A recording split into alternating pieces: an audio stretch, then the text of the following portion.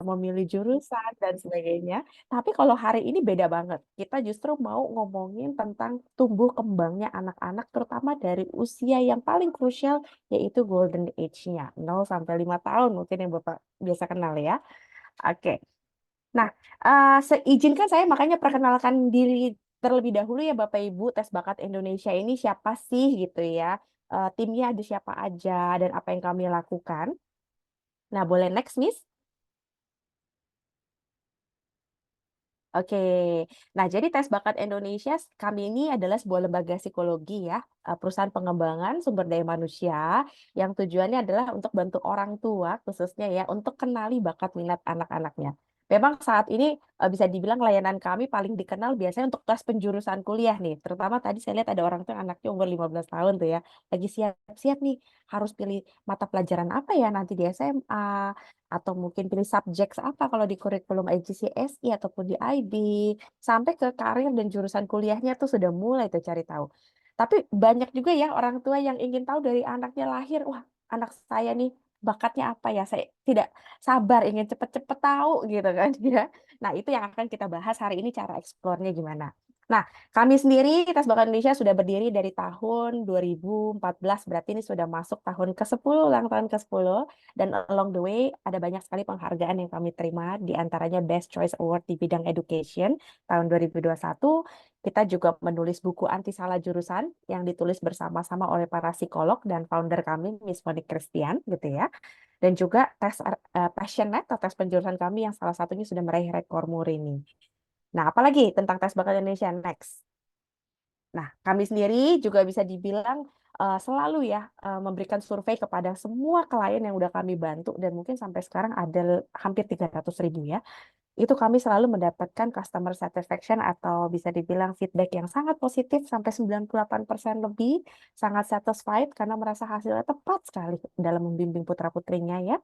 Kami juga biasanya melayani tes-tes ini dalam bahasa Inggris. Jadi memang membantu anak-anak yang sudah biasanya pakai bahasa bilingual nih kalau lagi psikotes gitu ya. Dan pastinya memang saran jurusan yang kami berikan tuh selalu paling up to date. Nah, seperti itu. Nah, kemudian next. Oke, nah tentunya along the way banyak sekali juga ya public figure yang mungkin Bapak Ibu kenal nih wajahnya di layar ya, yang juga sudah join in ataupun mengikut sertakan putra-putrinya dalam program tes bakat nih pada waktu mereka mungkin usia anak-anak ataupun remaja untuk kenal lebih tahu ya cara belajarnya seperti apa gitu kan ya. Nah, di luar itu kita juga banyak dapat testimoni nggak cuma dari para orang tua ya, karena layanan kami masih beragam. Next, yaitu kita juga masih punya layanan untuk karir, untuk remaja dan anak-anak gitu ya. Oke, boleh next, Miss? Oke. Nah, jadi ini adalah salah satu testimoni ya dari juga orang tua siswa gitu ya. Dari orang tua Ruby Hazel, anaknya waktu itu 4 tahun di Medan ya, yang memang hasil tesnya bantu orang tua juga kenal nih tentang pribadi karakter si anak dan cara belajarnya gitu ya. Nah, ada juga dari salah satu siswa di sekolah favorit Surabaya yang ikut tes ini sehingga jadi tahu nih mau kuliah jurusan apa ataupun mungkin Bapak Ibu ada yang kenal gitu ya dengan Alexandra Ruby, salah satu public figure juga, seorang penulis juga yang waktu itu mengikuti tes supaya dia juga kenal lagi passionnya. Nggak ada salahnya ya kita yang sudah dewasa dan berkarir juga selalu ingin tahu cara mengembangkan diri yang baik itu seperti apa atau mungkin milih-milih karir baru yang cocok sama bakat dan minat kita. Nah, next, oleh karena itu, Bapak Ibu, bisa dibilang tes kami memang terbagi tiga ya, layanan ini tes minat bakat untuk usia 5 sampai 12 tahun, yang untuk remaja, untuk penjurusan kuliah, dan yang untuk dewasa, untuk pengembangan karirnya. Dan itu bisa diikuti oleh semua usia. Nah, lebih lanjut lagi, khusus di acara seminar ini, kita tuh mau mempromosikan juga, mengenalkan juga layanan terbaru yang melengkapi bagian anak-anak kami ya. Nanti akan ada namanya fingerprint analysis. Nah, jadi Bapak Ibu, kalau kita biasanya kemarin jempol kita pakai untuk ini ya, nyoblos ya, gitu ya.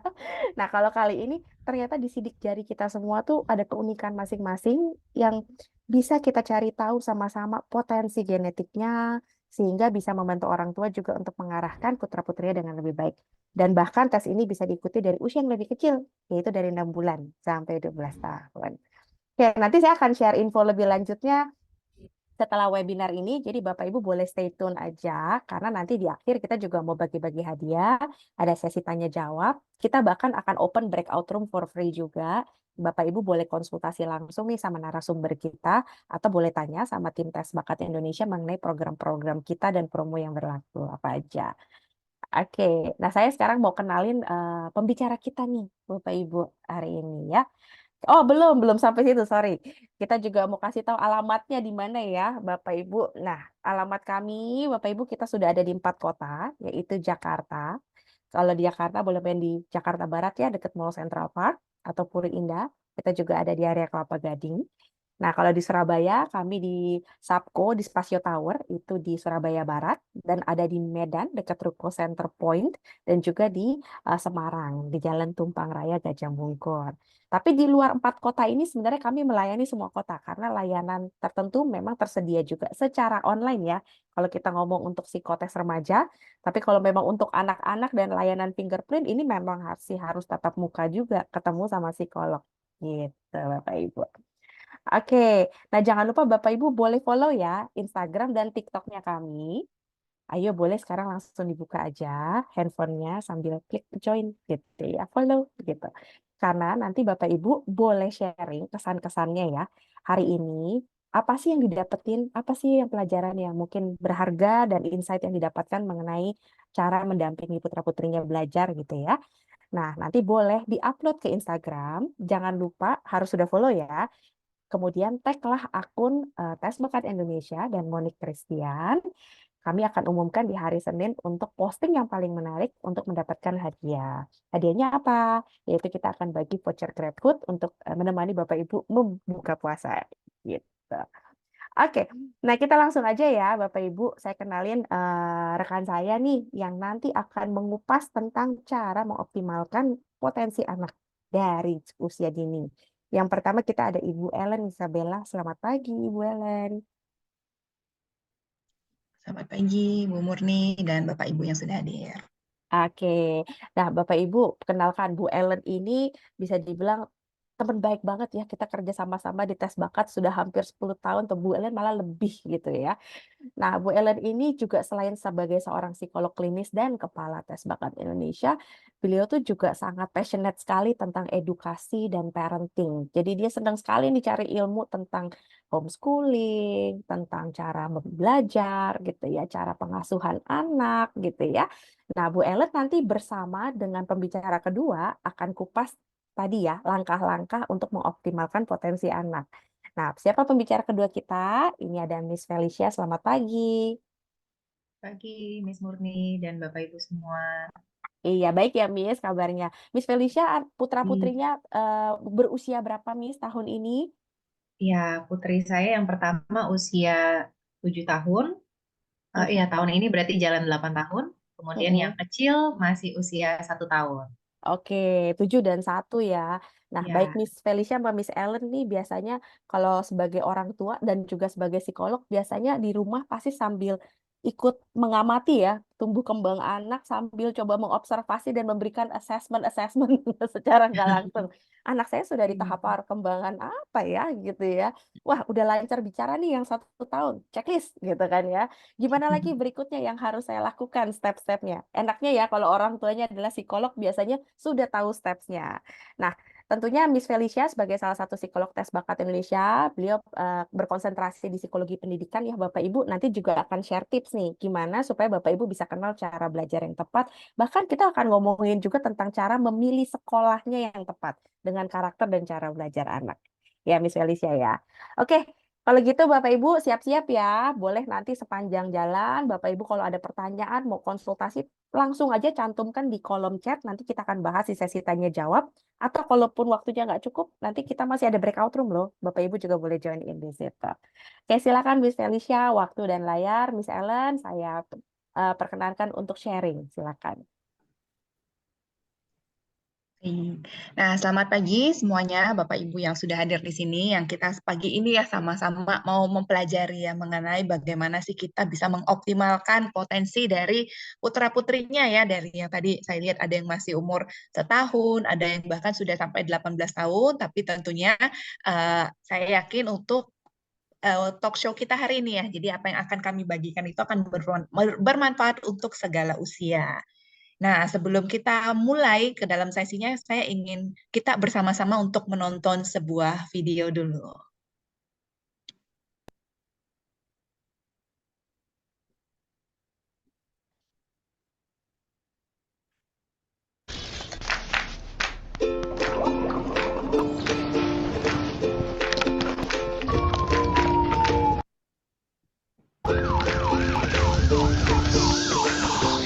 When I grow up, I want to be a fireman.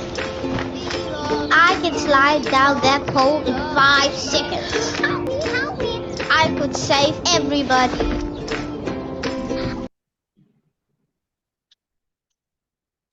I can make anything I want with science. One day I will even make a drink that makes you an amazing scientist. One day, when I grow up, I'm gonna be a pilot. I'll take people all around the world, even the North Pole. Emergency! Emergency! One day, I'm gonna be the best doctor in the world.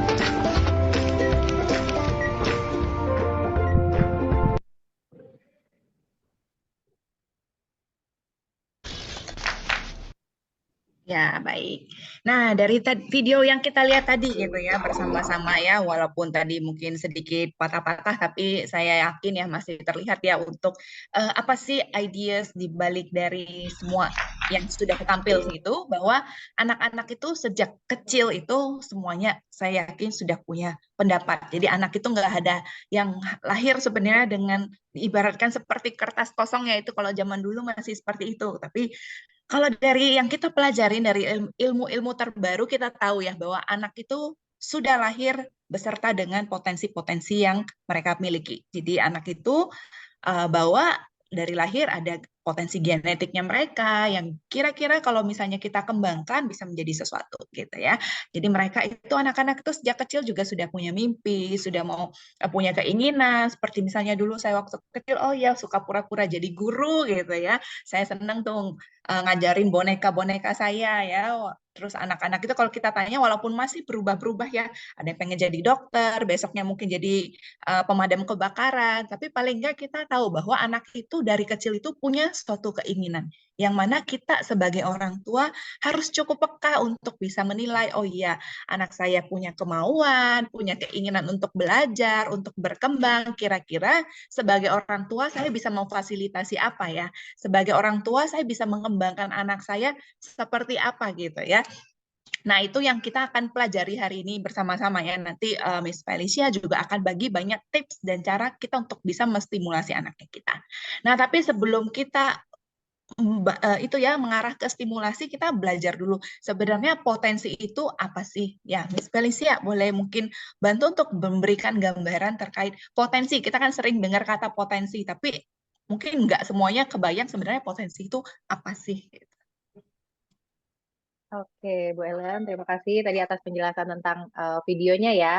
Jadi videonya lucu sekali dari anak-anak kecil, tapi mereka sudah berperan seperti orang dewasa gitu ya, sedang melakukan profesinya.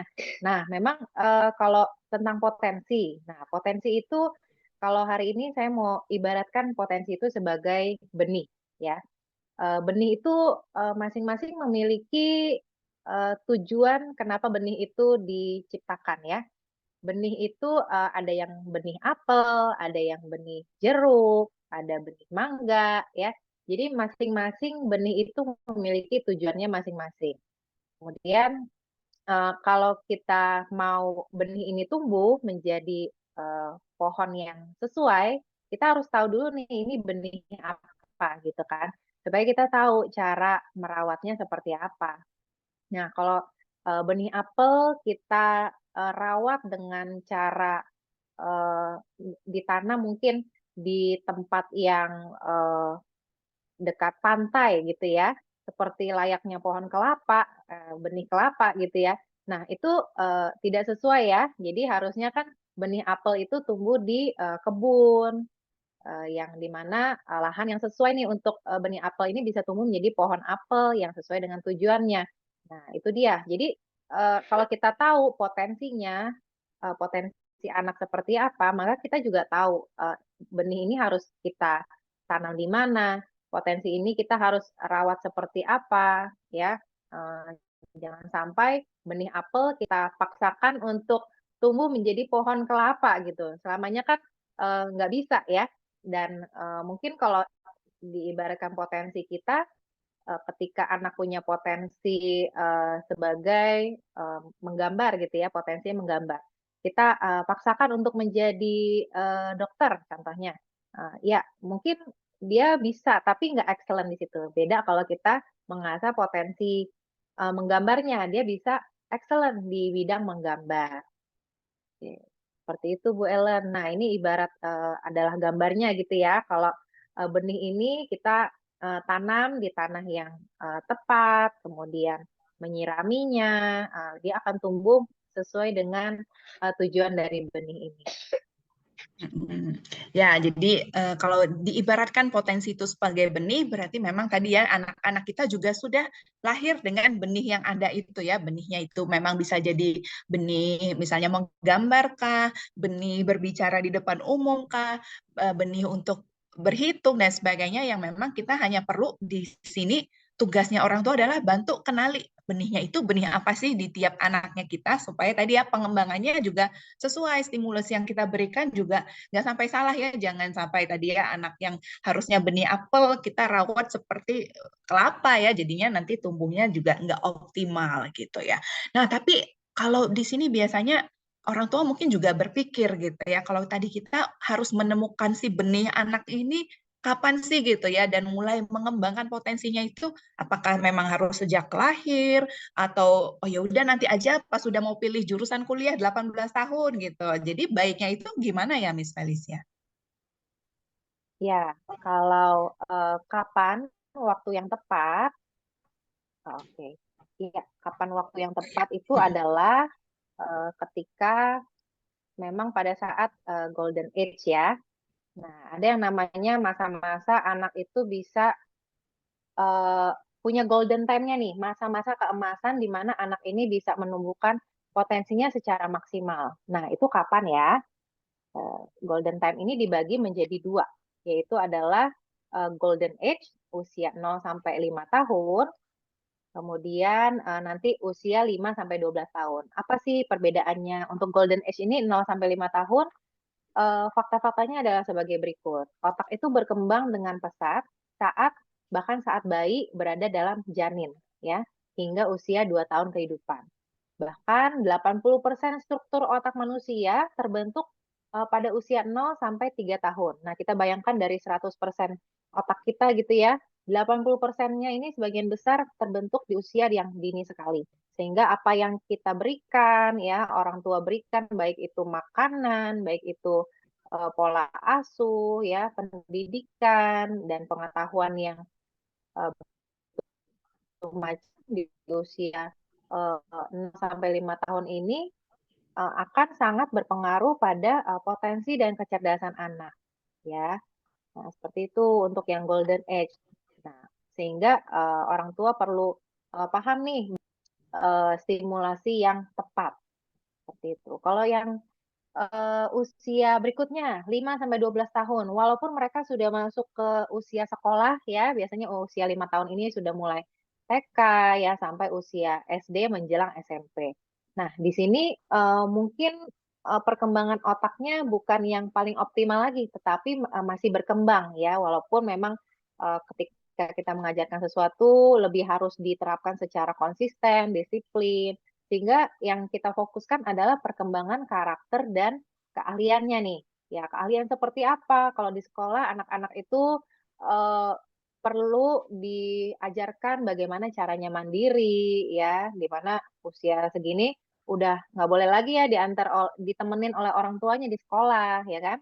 Kemudian komunikasinya juga bagaimana sih kalau dia ketinggalan kotak bekal atau ketinggalan alat tulis di sekolah, apa yang harus dia lakukan? Oh iya, dia harus tanya ke gurunya atau mungkin pinjam ke temennya seperti apa. Oh ya, pinjamnya cara mintanya seperti ini loh. Jadi bukan yang ini ya, bukan yang kayak marah-marah gitu kan. Dia bisa belajar sesuatu dari situ. Kemudian cara untuk berpikir kritis. Nah, ini biasanya untuk yang usia 9 sampai 12 tahun ini sekitar mulai 3 sampai 4 SD gitu ya.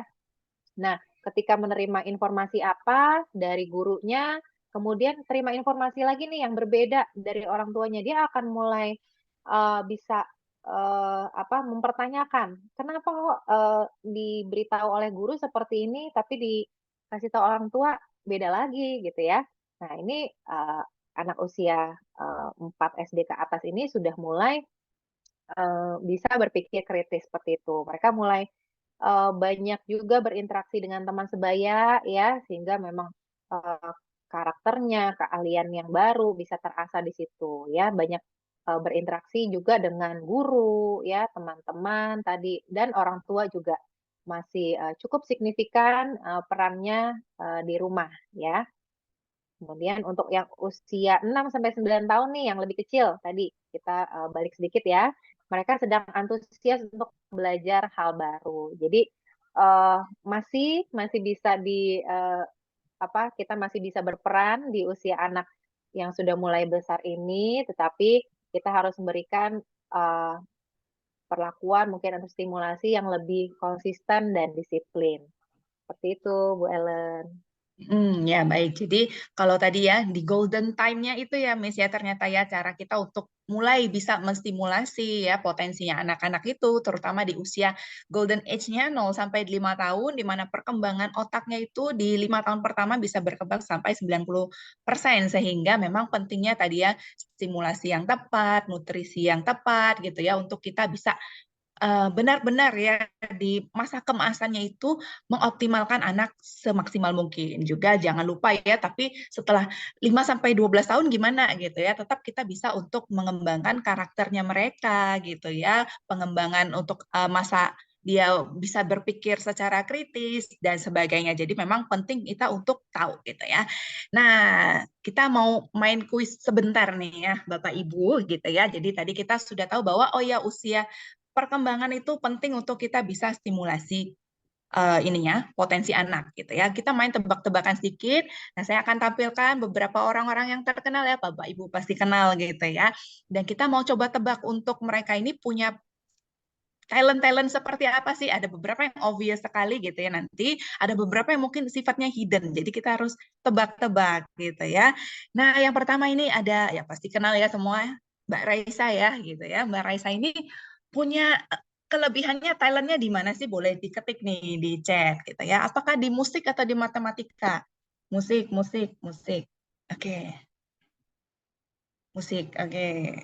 Ya, semuanya jawab musik ya, nggak ada yang takut terjebak nih gitu ya. Jangan-jangan matematika gitu ya. Nggak ada ya gitu ya. Oh, kita tahunya matematika mungkin Jerome Pauline gitu ya. Ya, benar ya. Jadi ternyata Raisa itu ya dari kecil itu sebenarnya orang tuanya juga sudah cukup menyadari ya bahwa dia suka nyanyi, dia punya talent di bidang musik gitu ya, sehingga dikembangkan dan akhirnya dia bagus itu dan optimal sekali gitu ya, seperti yang kita kenal Raisa yang sekarang gitu ya, membanggakan Indonesia gitu ya dengan bakat di bidang musiknya gitu. Nah, selanjutnya nih ada. Nah, ini kenal nggak? Itu siapa nih? Oh ya, gurunya, mamanya guru musik dia Yamaha ya. Berarti bakatnya dari mamanya juga gitu ya. Tapi memang sebagai orang tua yang peka gitu ya, dari kecil juga sudah mengembangkan gitu. Nah, yang berikutnya ini. Ini terkenal loh sampai ke Hollywood loh. Waduh, ya Joe Taslim ya. Jadi orang yang biasanya kalau kita nonton itu di film itu ngapain sih dia gitu ya?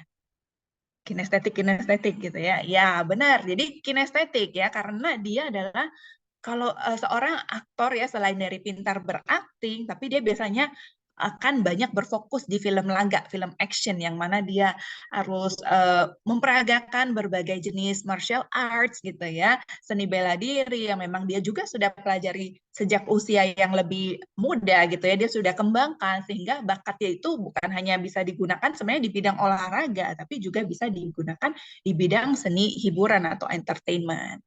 Ya, berikutnya nih yang makin susah deh ya kita kasih ya. Jangan yang gampang-gampang terus. Berikutnya, nah ini seorang aktor juga ya, aktor di Hollywood, namanya Will Smith ya. Ya, Will Smith ini sebenarnya kalau kita tahu kan memang dia seorang aktor ya, punya kelebihan acting gitu ya, bermain peran. Tapi dia punya hidden talent loh ternyata ya. Dia itu, nah ini mungkin yang lebih sulit. Punya hidden talentnya ini keahliannya sebagai ahli botani atau ahli bermain Rubik. Ya, botani ada yang jawab botani nih ya. Coba yang lainnya, ahli Rubik ada lagi nggak? Botani, Rubik. Wah, yang ini udah terpecah ya gitu ya. Kalau tadi masih satu suara ya, kali ini sudah mulai macam-macam gitu ya. Nah, yang benar adalah ahli Rubik gitu ya. Jadi botani nanti kita coba ya. Siapa tahu belum dikembangkan saat ini gitu ya. Nah, ini ceritanya cukup unik gitu ya. Jadi kalau yang tadi Raisa maupun Joe Taslim ya sudah sejak usia yang lebih muda mereka sudah cukup mengenali potensinya dan bisa mengembangkannya dari kecil. Sedangkan si Will Smith ini ketahuan dia ahli Rubik itu malah setelah usia dewasa gitu ya. Jadi ini termasuk hidden talent. Jadi talent ataupun potensi yang sebelumnya dia nggak tahu bahwa dia jago gitu ya. Jadi dia mengembangkan diri memang di bidang acting, di bidang seni peran gitu ya. Dan suatu hari ketika dia sedang main film ya di Pursuit of Happiness. Jadi ini satu filmnya dia yang cukup terkenal sekali gitu ya. Nah di situ dia memang punya satu scene yang memang dia harus memainkan Rubik dan akhirnya dia pelajari di situ. Ketika dia pelajari itu dalam waktu singkat dia bisa pelajari itu dengan cepat dan sangat terampil gitu ya. Jadi nah Bapak Ibu juga mungkin nih anak-anaknya bisa jadi masing-masing punya hidden talent yang saat ini belum tergali gitu ya, belum sempat disentuh areanya sehingga kita juga belum bisa kembangkan. Tapi nanti kita setelah tahu bisa jadi dilatih sedikit aja langsung jadi, bisa jadi seperti Will Smith ini gitu. Ya kita continue ke yang berikutnya gampang aja deh ya, nggak usah yang sesulit Will Smith lagi ya gitu ya. Nah ini Bill Gates gitu ya. Ini harusnya walaupun kita kenal Bill Gates ini sebagai seorang ahli di bidang IT gitu ya, ataupun yang mengembangkan program Microsoft gitu dan sebagainya, tapi dia punya bakat lain gitu. Kira-kira bidang naturalis atau interpersonal? Interpersonal. Ya, yang sini udah satu suara ya, nggak terpecah lagi dan benar ya. Jadi memang kelebihannya adalah di bidang interpersonal. Jadi kita bisa lihat bahwa Bill Gates ini selain dia juga menjadi seorang peneliti ya, ilmuwan, tapi dia juga jadi spokesperson di banyak acara gitu ya. Dia bisa memperkenalkan bukan hanya produk-produknya saja, tapi dia punya beberapa pendapat ya, causes yang memang dia banyak tekuni, jadi aktivis juga dan sebagainya untuk bisa mengembangkan bukan hanya produknya dia juga tapi orang lain ya yang dia bisa kembangkan gitu ya. Dia berlatih banyak orang, dia mengajari banyak orang untuk bisa hebat juga seperti dia gitu ya. Jadi kelebihannya bukan hanya di area tadi ya berpikir, menganalisis tapi juga interpersonal yang berhubungan dengan orang lain. Ya, lanjut. Yang berikutnya, nah ini ada yang kenal nggak ini siapa? Udah dikasih clue loh itu Harry Potter. Tapi ini bukan Harry Potter ya. Kira-kira ini siapa ya? Kalau ada yang tahu. Kalau saya jelasin siapanya, dia ngapain? Aduh, ya penulis buku Harry Potter, J.K. Rowling gitu ya. Jadi kemampuannya, keahliannya, talentnya ya udah jelas ya kalau ada yang udah nulis penulis gitu ya pasti di bahasa gitu ya. Ya benar ini gampang sekali ya. Jadi memang dia juga punya kemampuan bahasa yang baik. Tapi ini juga bukan hal yang diketahui orang waktu dia sejak usia muda loh sebenarnya. Buku pertama J.K. Rowling itu Harry Potter booming itu di usianya yang sudah menengah baya ya, tengah baya gitu ya. Jadi dia bukan usia yang umur 18 tahunan menulis Harry Potter terkenal enggak ya, dia udah 30 hampir ke 40 tahunan ini dia baru menulis Harry Potter dan dikenal orang gitu ya. Jadi terkadang gitu ya, bakat yang kalau kita nggak gali sejak dini ya nggak akan ketahuan gitu ya. Maka dari itu nanti penting ya untuk kita untuk bisa kenali bakatnya itu, anak-anak itu caranya seperti apa. Nah tadi Miss Felicia udah sempat share ya di usia yang golden age itu, di usia 0 sampai 12 tahun. Tapi untuk stimulasi di tiap usianya itu kira-kira bisa share nggak Miss Felicia? Bagusnya ini saya sebagai orang tua dari anak usia 5 dan 3 tahun kan perlakuannya pasti beda ya. Nggak mungkin saya menstimulasi anak saya ini sama ya dua-duanya di area ini dan sebagainya gitu ya. Walaupun dulu saya juga waktu stimulasi itu saya mencoba untuk mengikuti tren gitu ya. Ketika memang saya lihat di media sosial anak-anak influencer itu semuanya anaknya yang kecil-kecil seumur anak saya dibawa ke gym gitu ya. Wah saya juga ikutan gitu. Ternyata anak saya nggak suka nangis-nangis diajak ke sana gitu ya. Nah kira-kira gimana Mi? Sebenarnya yang sesuai usianya itu kita mengembangkannya apa aja?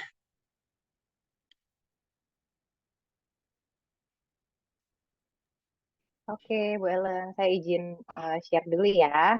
Jadi tadi kan kita sudah bahas ya tentang bahwa setiap anak juga ada bakat yang terlihat dan juga ada bakat yang hidden. Nah, ini kita perlu tahu juga nih perkembangan anak, khususnya perkembangan kognitif anak itu ada tahap-tahapnya sesuai dengan usia masing-masing nih. Nah, ini memang dikembangkan oleh teori ini dikembangkan oleh Jean Piaget ya, psikolog dari Swiss.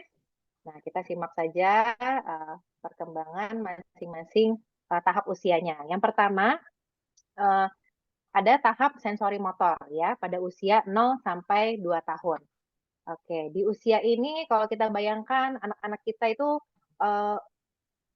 aktivitasnya di usia ini baru belajar duduk ya, belajar merangkak, kemudian belajar jalan ya, merambat, kemudian mulai berlari nih setelah bisa berjalan dia mulai bisa berlari ya.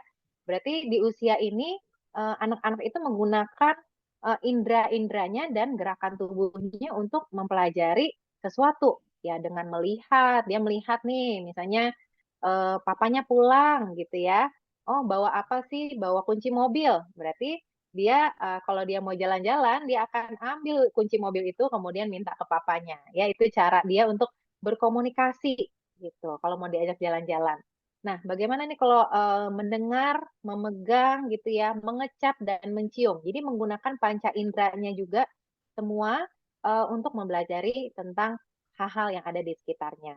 Ya, dengan gerakan tubuh juga tadi mulai belajar berjalan, ya minta sesuatu gitu ya. Di sini tahap-tahapnya. Jadi kita pentingnya kita mengetahui tahap-tahap perkembangan anak ya, supaya kita nggak apa ya, kalau kita lihat anak-anak kita kok belum bisa diajak ngobrol ya, misalnya di 2 tahun. Ya mungkin memang tahapnya baru sampai belajar dari hal-hal yang konkret nih gitu, hal-hal yang apa yang bisa dia pegang dulu, apa yang bisa dia lihat dulu gitu. Untuk hal-hal yang berbicara mengenal bahasa, oh ternyata di tahap yang berikutnya nih ya. Karena memang setiap tahap ini berkembangnya bukan berkembang secara kuantitas saja, bukan hanya bertambah saja informasinya, tetapi juga kualitasnya ya semakin abstrak, semakin konsep gitu. Jadi sudah mulai bisa diperkenalkan hal-hal yang lebih abstrak lagi ya, yang lebih kompleks. Nah, cara stimulasi untuk anak usia 0 sampai 2 tahun ini bagaimana? Kita bisa sering-sering ajak bermain outdoor ya, bermain yang dengan melibatkan aktivitas fisik seperti melompat, berlari, merangkak, bahkan dengan kegiatan sehari-hari seperti makan gitu ya. Kita ajak anak makan sambil duduk ya, di mana dia bisa explore nih tangannya. Pasti kan untuk usia 1 tahun ke atas sudah mulai nggak bisa diem tuh ya. Kalau makan juga kayaknya pengen manjat-manjat kursinya gitu. Itu yang saya alami sih ya. Apa dengan anak saya yang masih 1 tahun lebih, 1 tahun setengah.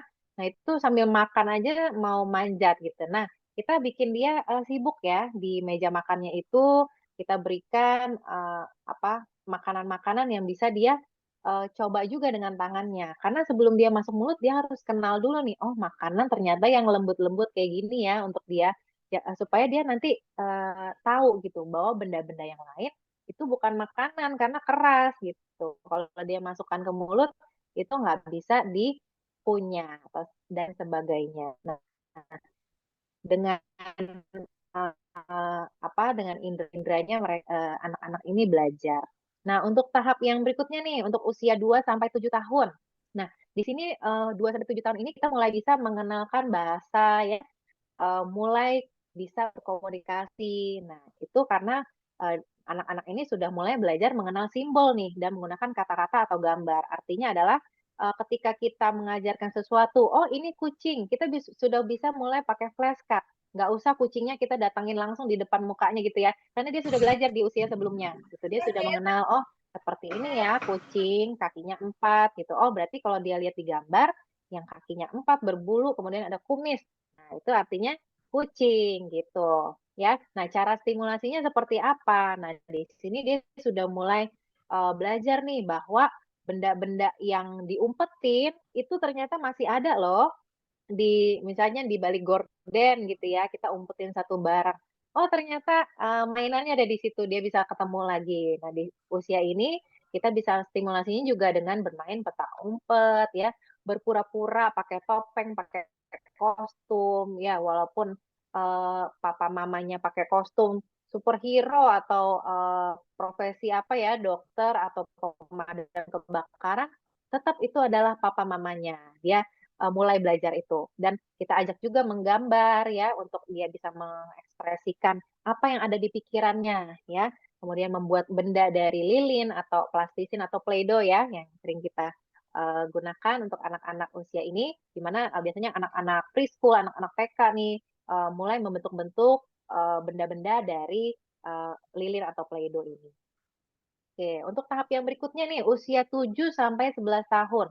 Nah, di sini anak sudah mulai bisa berpikir logis. Apa itu logis? Nah, dia sudah tahu nih sebab akibatnya. Kalau saya siram tanaman, berarti nanti tanamannya basah ya. Kalau saya siram tanamannya sambil lompat-lompat, berarti saya juga bisa kena basah atau mungkin mobil tetangga juga bisa basah gitu ya. Nah, di situ sebab akibatnya dia sudah mulai paham. Nah, ini kan usia-usia sekolah dasar ya.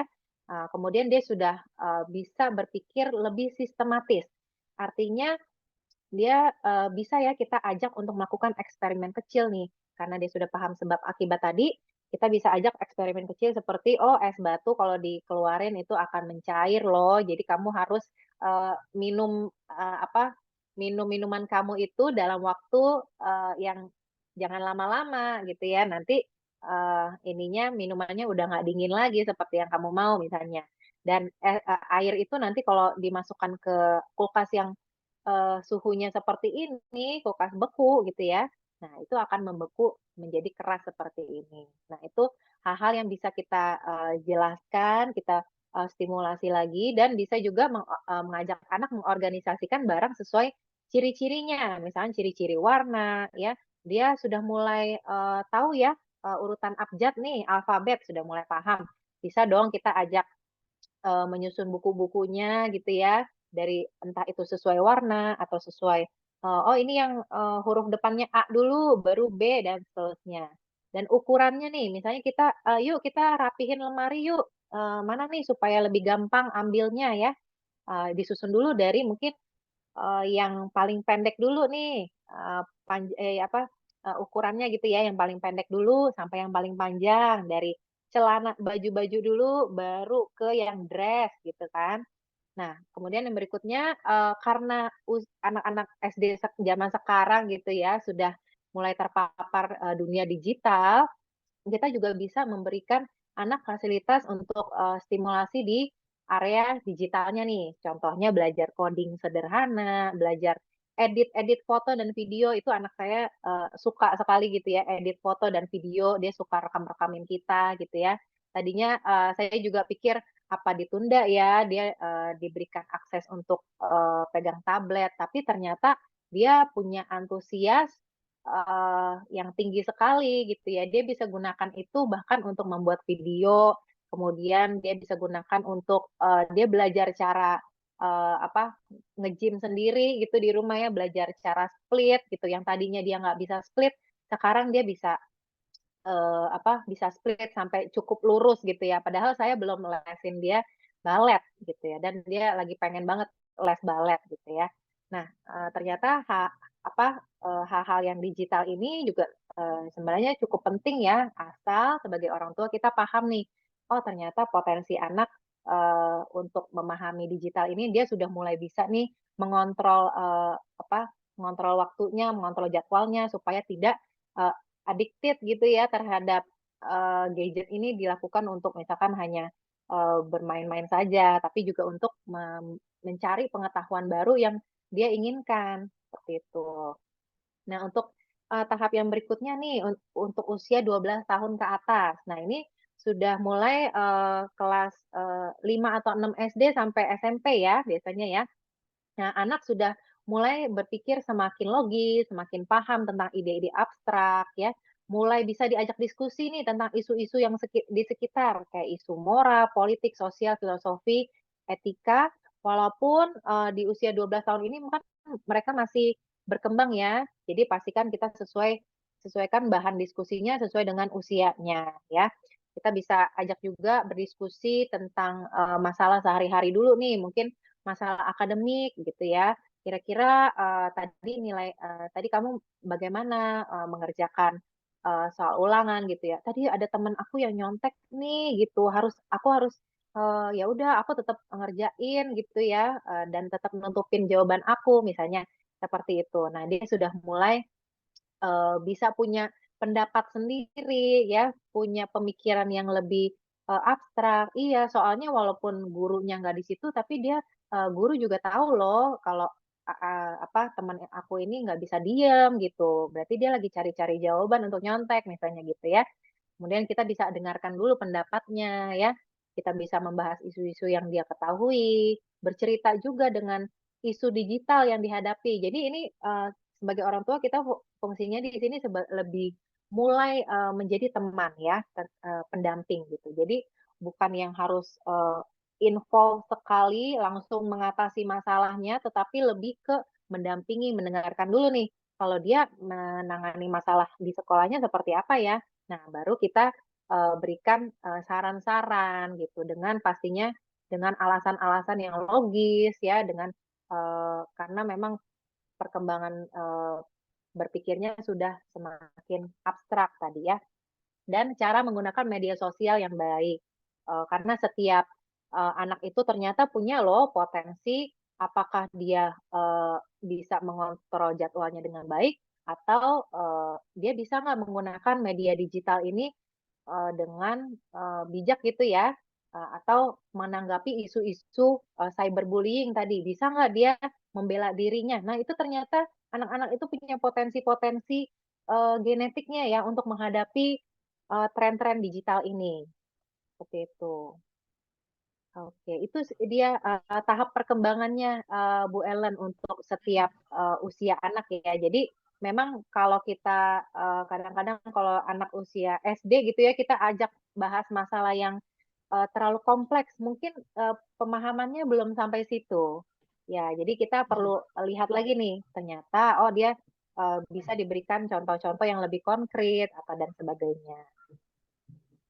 Ya, menarik sekali ya gitu ya. Jadi tadi dengan usia perkembangannya mereka gitu ya, bukan berarti anak itu nggak bisa diajarin yang lebih kompleks juga gitu ya, tapi memang kita harus melihat bahwa oh iya keterbatasan mereka ya karena tahap-tahap perkembangan kognitifnya mereka itu ya masih berkembang sampai area situ gitu ya. Kalau tadi Miss Felicia anaknya yang mungkin di sensori sama di konkret operasional ya usianya ya. Jadi dengan pendekatan yang berbeda. Kalau anak saya tadi yang mungkin dua-duanya masih di pre-operasionalnya gitu ya. Jadi banyak imajinasi yang sedang berkembang, perkembangan bahasanya sedang baik gitu ya. Jadi kayak akhir-akhir ini 2-3 hari terakhir ini mereka lagi senang bermain peran gitu ya. Jadi mereka di rumah juga ada ada keponakan saya ya, sepupunya usia 4 bulan gitu ya, 3 bulan hampir 4 bulan gitu ya. Mereka sering ngeliat gitu ya. Oh, kalau kita berinteraksi dengan si baby ini gimana? Mereka suka berdua, ntar berpura-pura satu jadi orang dewasanya, satu disuruh jadi bayinya gitu ya. Atau enggak kadang suruh ini ya, mama jadi Avery gitu ya, Avery usia 3 tahun, Avery jadi mama. Jadi dia pura-pura kerja. Nah, tapi walaupun dengan permainan simpel itu kita tahu bahwa perkembangan kognitif mereka sedang berkembang. Mereka tahu bahwa oh, peran seorang mama itu di rumah ngapain. Mereka bisa pura-pura masak gitu ya. Ataupun ya dengan mungkin yang kita nggak kebayang ya tanggung jawab orang tua, oh ternyata mereka bisa mimik hal yang seperti itu dan mereka paham gitu ya bahwa kejadian-kejadian di rumah ataupun alasan-alasan kita sebagai orang tua berbuat seperti ini kepada anak kecil itu untuk apa gitu. Jadi menarik sekali ya untuk tahu tadi ya proses perkembangan anak gitu ya. Nah, tapi Miss Felicia, biasa kan kita kalau sudah menstimulasi anak itu terkadang kenapa ya bisa berbeda ya antara kayak anak saya pertama, kedua, kadang walaupun stimulasinya udah sama gitu ya. Oh iya, kalau tadi ya biasanya kan di usia sensori tadi kan sensori motorinya, oh kita banyak memberikan benda-benda untuk disentuh, diraba gitu yang berpengaruh tadi juga kepada perkembangan motoriknya mereka. Tapi antara anak saya pertama dan kedua itu beda banget gitu lah. Kenapa sih kira-kira maksudnya faktor apa sih yang bisa mempengaruhi perbedaan dari perkembangan potensi ataupun kognitif dari masing-masing anak gitu. Oke, Bu Ellen. Jadi memang tadi selain tahap perkembangannya sesuai usia gitu ya berbeda-beda. Kebetulan anaknya Bu Ellen semuanya masuk di yang ini ya, masih usia preschool gitu ya, pre-operational. Nah, kenapa sih bisa berbeda-beda? Karena kita lihat ada juga peran lingkungan nih terhadap perkembangan anak ya. Siapa saja peran keluarga ya, keluarga itu bisa orang tua, pengasuh, atau keluarga besar, kakek nenek nih yang mungkin ikut berperan untuk mengasuh ketika orang tuanya sedang bekerja ya. Nah, bagaimana peran keluarga ini terhadap perkembangan anak? Nah, anak itu akan merasa disayang ya dan kita bisa membangun kelekatan dengan keluarganya sehingga anak itu bisa tumbuh menjadi lebih percaya diri ya ketika berhadapan dengan banyak orang gitu ya, ketika dan merasa aman di rumah, dia akan menghadapi teman-temannya yang mungkin mau ngebully dia gitu ya, atau menghadapi teman-temannya yang mau ngejek dia gitu ya. Anak saya pernah diceritain gitu ya, ada sepupunya yang dibilang jelek sama teman-temannya gitu. Nah, sepupunya nangis gitu. Kalau anak saya enggak sih, cuma dia bilang ngapain nangis? Kalau aku sih yang penting aku dibilang cantik sama mama gitu. Jadi emang agak pede ya gitu ya. Jadi itu memang ketika keluarga itu sudah memang sudah berperan penting gitu ya, memberikan kasih sayang ya, mengenal love language-nya ini anak ini apa sih gitu ya. Ternyata dia suka dipuji gitu kan, suka didampingi, suka ditemenin, diberikan quality time. Nah, di situ anak bisa menjadi lebih percaya diri. Sehingga kita sebagai orang tua bisa juga memanfaatkan quality time-nya dengan membacakan cerita ya, mendengarkan cerita anak juga ketika anak-anak memberikan pandangannya ya terhadap temennya. Ih, hari ini kelas aku ribut banget nih gitu ya. Kita sambil tanya, kenapa ribut? Gitu ya. Ribut ngapain? Nah, di situ dia bisa cerita lagi lebih dalam. Jadi kayak kalau ngobrol tuh enak ya, supaya dia juga bisa leluasa cerita sama kita ya. Dan bisa juga mengajak bermain karena usia 12 tahun ke bawah itu memang eksplorasi hal-hal sekitarnya itu memang masih dengan cara bermain ya, eksperimen seperti itu. Nah, kemudian masuk ke peran yang kedua adalah belajar atau simulasi ya. Belajar dan simulasi ini bisa melalui pendidikan, pelatihan dan juga praktik. Ya, bisa di rumah, bisa di sekolah ataupun di tempat lain di luar sekolah gitu ya, di kursus. Nah, itu semua adalah pembelajaran bagi anak ya. Dari kecil sampai dewasa itu kan belajar itu tidak pernah berhenti ya Bapak Ibu.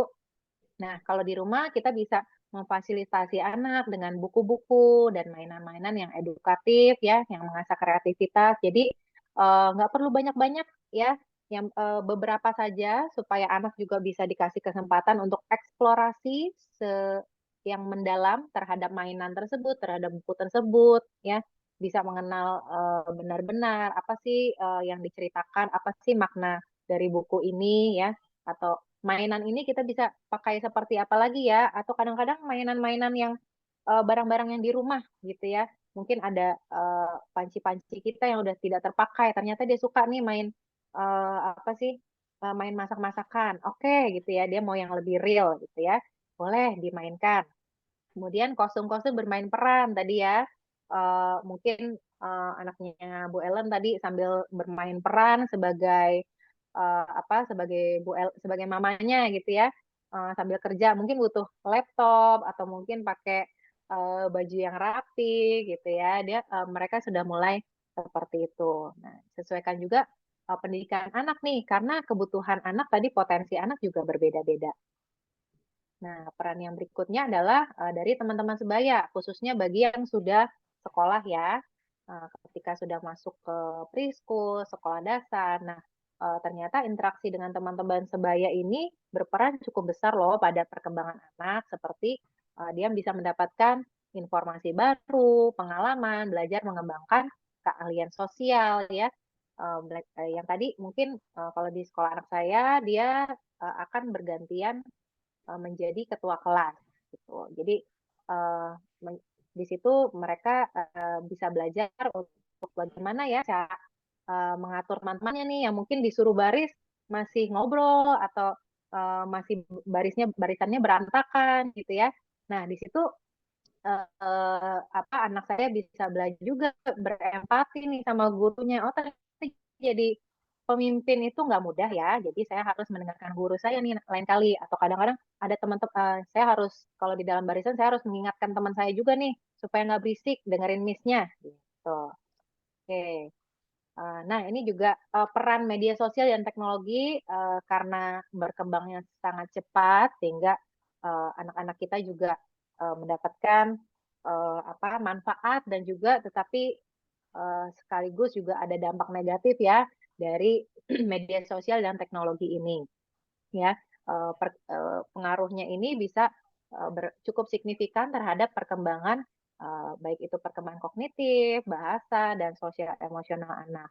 Ya, kalau manfaat positifnya itu bisa menjadi sarana informasi nih. Tadi anak saya bisa belajar hal baru, ya, dan juga dampak negatifnya mungkin dengan ketika anak-anak menghadapi misalnya peer pressure, ya, atau mungkin cyberbullying seperti itu.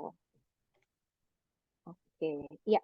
Seperti itu Bu Ellen. Jadi memang peran lingkungan itu ternyata juga berpengaruh ya, sehingga karena memang setiap anak juga punya potensi yang berbeda-beda dan stimulasi dari lingkungan yang berbeda-beda juga, walaupun tadi kakak adik ya anaknya Bu Ellen, tapi bakat yang munculnya juga ternyata berbeda juga nih. Seperti itu. Ya, nah memang tadi ya dengan perbedaan faktor-faktor ya bahwa dinamika keluarga gitu ya juga bisa mempengaruhi perkembangan potensi dari anak. Terus stimulasi yang berbeda-beda juga gitu ya. Ada mungkin yang stimulasinya lebih banyak di area sini, kemudian ada yang mungkin di area lain, ataupun interaksinya lebih banyak dengan teman sebaya atau gimana juga sangat mempengaruhi ya perkembangannya gitu ya.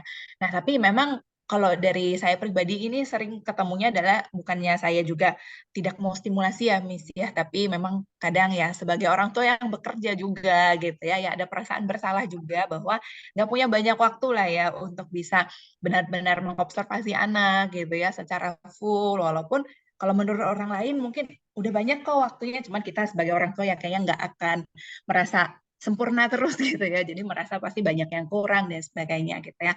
Nah itu apakah tantangan-tantangan seperti itu banyak ya dialami oleh para orang tua juga atau ya gimana nanti mungkin Miss bisa share dan solusinya seperti apa? Oke, ya seperti yang tadi Bu Ellen sharing juga ya, bahwa orang tua ini dalam menerapkan stimulasi atau pendidikan buat anaknya memiliki banyak tantangan nih ternyata.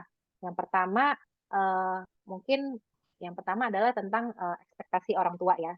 Ya, selain tadi waktu yang terbatas, ekspektasi orang tua terkadang kalau orang tua misalnya saya sebagai psikolog gitu ya, kadang-kadang ingin ya anak saya juga punya empati yang baik gitu kan.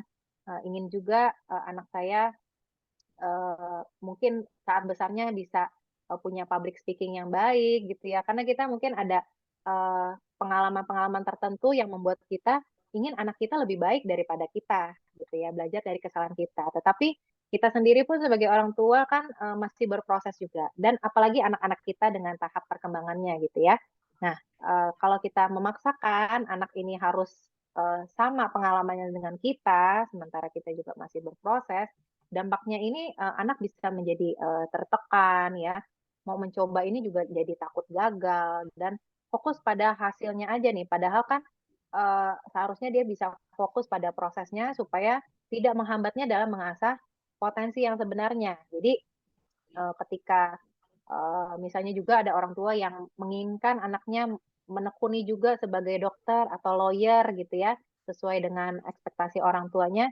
Nah, disitulah anak-anak menjadi kita menjadi kurang paham nih apa sih sebenarnya potensi anak. Ya, tantangan yang kedua pastinya yang tadi waktu yang terbatas ya, selain waktu orang tua yang terbatas, waktu anak juga terbatas ya. Hanya 24 jam ditambah lagi kalau udah sekolah, pulangnya siang atau sore ditambah kursus-kursus ini itu ya yang dimana kursusnya itu didasarkan lagi kembali lagi ke ekspektasi orang tua nih. Anak saya harus bisa coding gitu ya, harus nggak boleh gaptek, kemudian harus bisa apa juga bisa gambar juga seperti saya misalnya gitu ya. Padahal kita nggak tahu potensi anaknya itu di mana sih. Gitu. Daripada kita coba-coba gitu ya, mending kita gunakan waktu yang ada ini dengan optimal mungkin. Ya, yang ketiga tantangannya adalah mungkin orang tua juga sibuk dan tidak paham ya mengarahkan anak itu potensinya seperti apa. Sehingga anak saat ini sekolah yang bagus dan bakat minatnya gitu ya, dan juga adanya pengaruh gadget juga ya, ternyata apakah dia sebenarnya sudah bisa mengelola gadget atau belum nih gitu. Nah orang tua juga di situ masih belum paham ya, jadi itu tantangannya. Ya, untuk tantangan ini pastinya kita memiliki solusinya ya, Bu Ellen dan Bapak Ibu semuanya. Oke, yang pertama adalah kenali potensi anak dulu. Jadi tadi dengan tantangan yang tadi, kita perlu kenali potensi anak, ya. Kemudian yang kedua nanti adalah stimulasi anak sesuai potensi. Ketiga adalah pemilihan pendidikan yang tepat. Kita akan bahas satu-satu di kenali potensi anak. Oke, jadi kita sudah belajar tadi ya tentang tahap perkembangan anak. Kita harus tahu dulu nih usianya sudah bisa apa sih, kemudian sudah mencapai belum nih milestone-nya. Ya, ketika itu sudah terpenuhi, kita mau tahu juga nih ternyata setiap anak kan berbeda-beda ya. Walaupun anak kembar gitu, tetap potensinya berbeda loh. Nah, kalau di fingerprint analysis report yang dari Tes Bakat Indonesia, kita bisa melihat juga nih learning styles, ya gaya belajar, dan multiple intelligences dari anak-anak kita. Ya, kalau di learning stylesnya ini biasanya ada 3 saja. Nah, ini kita ada di lebih spesifik lagi, apakah visualnya itu visual terhadap teks atau gambar, auditorinya juga apakah terhadap bahasa atau music, ya, kinestetik juga apakah yang motorik kasar atau yang motorik halus. Jadi itu ternyata kita bisa tahu loh potensi anak sampai sedetail itu. Kemudian untuk kecerdasan majemuknya juga ya. Di sini kita berikan juga gerakan itu kita bagi menjadi gerakan tubuh dan artistik, dan naturalis juga artistik dan sains ya. Jadi lebih banyak, sebenarnya lebih detail, fungsinya adalah supaya kita mengenal anak juga potensi anak itu lebih detail. Dan pastinya kita berikan juga stimulasi yang tepat sesuai dengan apa nih yang dominan pada anak gitu ya, di potensi anak ini. Seperti itu. Oke, itu potensi anak, dan kita juga bisa tahu nih potensi anak apakah dia tipenya generalis atau yang spesialis. Maksudnya apa, Miss? Gitu ya. Nah, untuk yang generalis ini maksudnya adalah ada anak-anak yang bakatnya ini tidak punya bakat tapi tidak spesifik. Ya, biasanya anak-anak ini dia punya rasa ingin tahu terhadap berbagai bidang gitu ya. Kadang-kadang dia belajar satu bidang gitu ya. Memang eh, bukan bukan mendalam gitu di satu bidang itu. Kemudian dia mau cari tahu lagi bidang yang baru. Contohnya kayak gini, dia minggu ini dia lagi mau belajar tentang art and craft. Kemudian minggu depan dia mau belajar baking gitu ya. Nah, di situ peran kita sebagai orang tua kita bisa memfasilitasinya, mendampinginya terhadap kegiatan yang beragam nih, dan memberikan juga wawasan-wawasan baru supaya memang dia bisa eksplor terus dan rasa ingin tahunya itu terpenuhi ya. Kemudian ada juga tipe anak yang spesialis. Nah, anak yang spesialis ini paling mudah kita melihat bakatnya, karena bakatnya ini memang sudah spesifik ya, bakatnya spesifik, dan kita sebagai orang tua tinggal mengarahkan aja sesuai dengan bakatnya. Contohnya punya bakat olahraga gitu ya. Nah, kita mungkin ada papa mamanya ada yang punya bakat olahraga juga, misalnya pintar main basket ya. Nah, di situ papa mamanya bisa mengajarkan, atau mungkin cari coach yang profesional untuk melatih dia sehingga dia bisa mengembangkan bakatnya lebih skillful lagi. Nah, itu kalau kita tahu potensi anak, kita juga tahu ya pendekatannya berbeda juga nih terhadap yang generalis dan spesialis.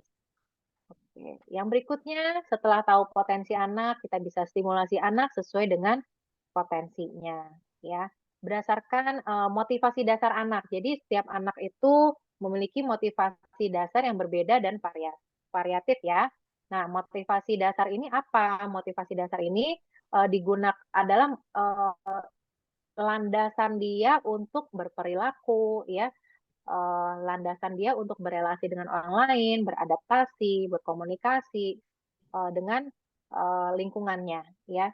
Jadi ada 3 tipe di sini. Ada yang tipenya kognitif, artinya dia itu menggunakan logika ya, pemikiran yang rasional untuk berperilaku nih, sehingga orang tua dengan tipe anak yang kognitif ini, dia orang tua ketika mau meminta anak untuk melakukan sesuatu, kita perlu memberikan alasan gitu ya, dan memberikan anak pilihan juga. Misalnya, yuk hari ini kita udah weekend nih gitu ya, weekend yuk kita pergi jalan-jalan yuk, mau kemana ya? Nah, kita memberikan anak pilihan nih, dan kasih dia juga, kenapa kamu mau pilih ke ke mall misalnya, atau kenapa kamu lebih mau pilih ke taman dekat rumah aja.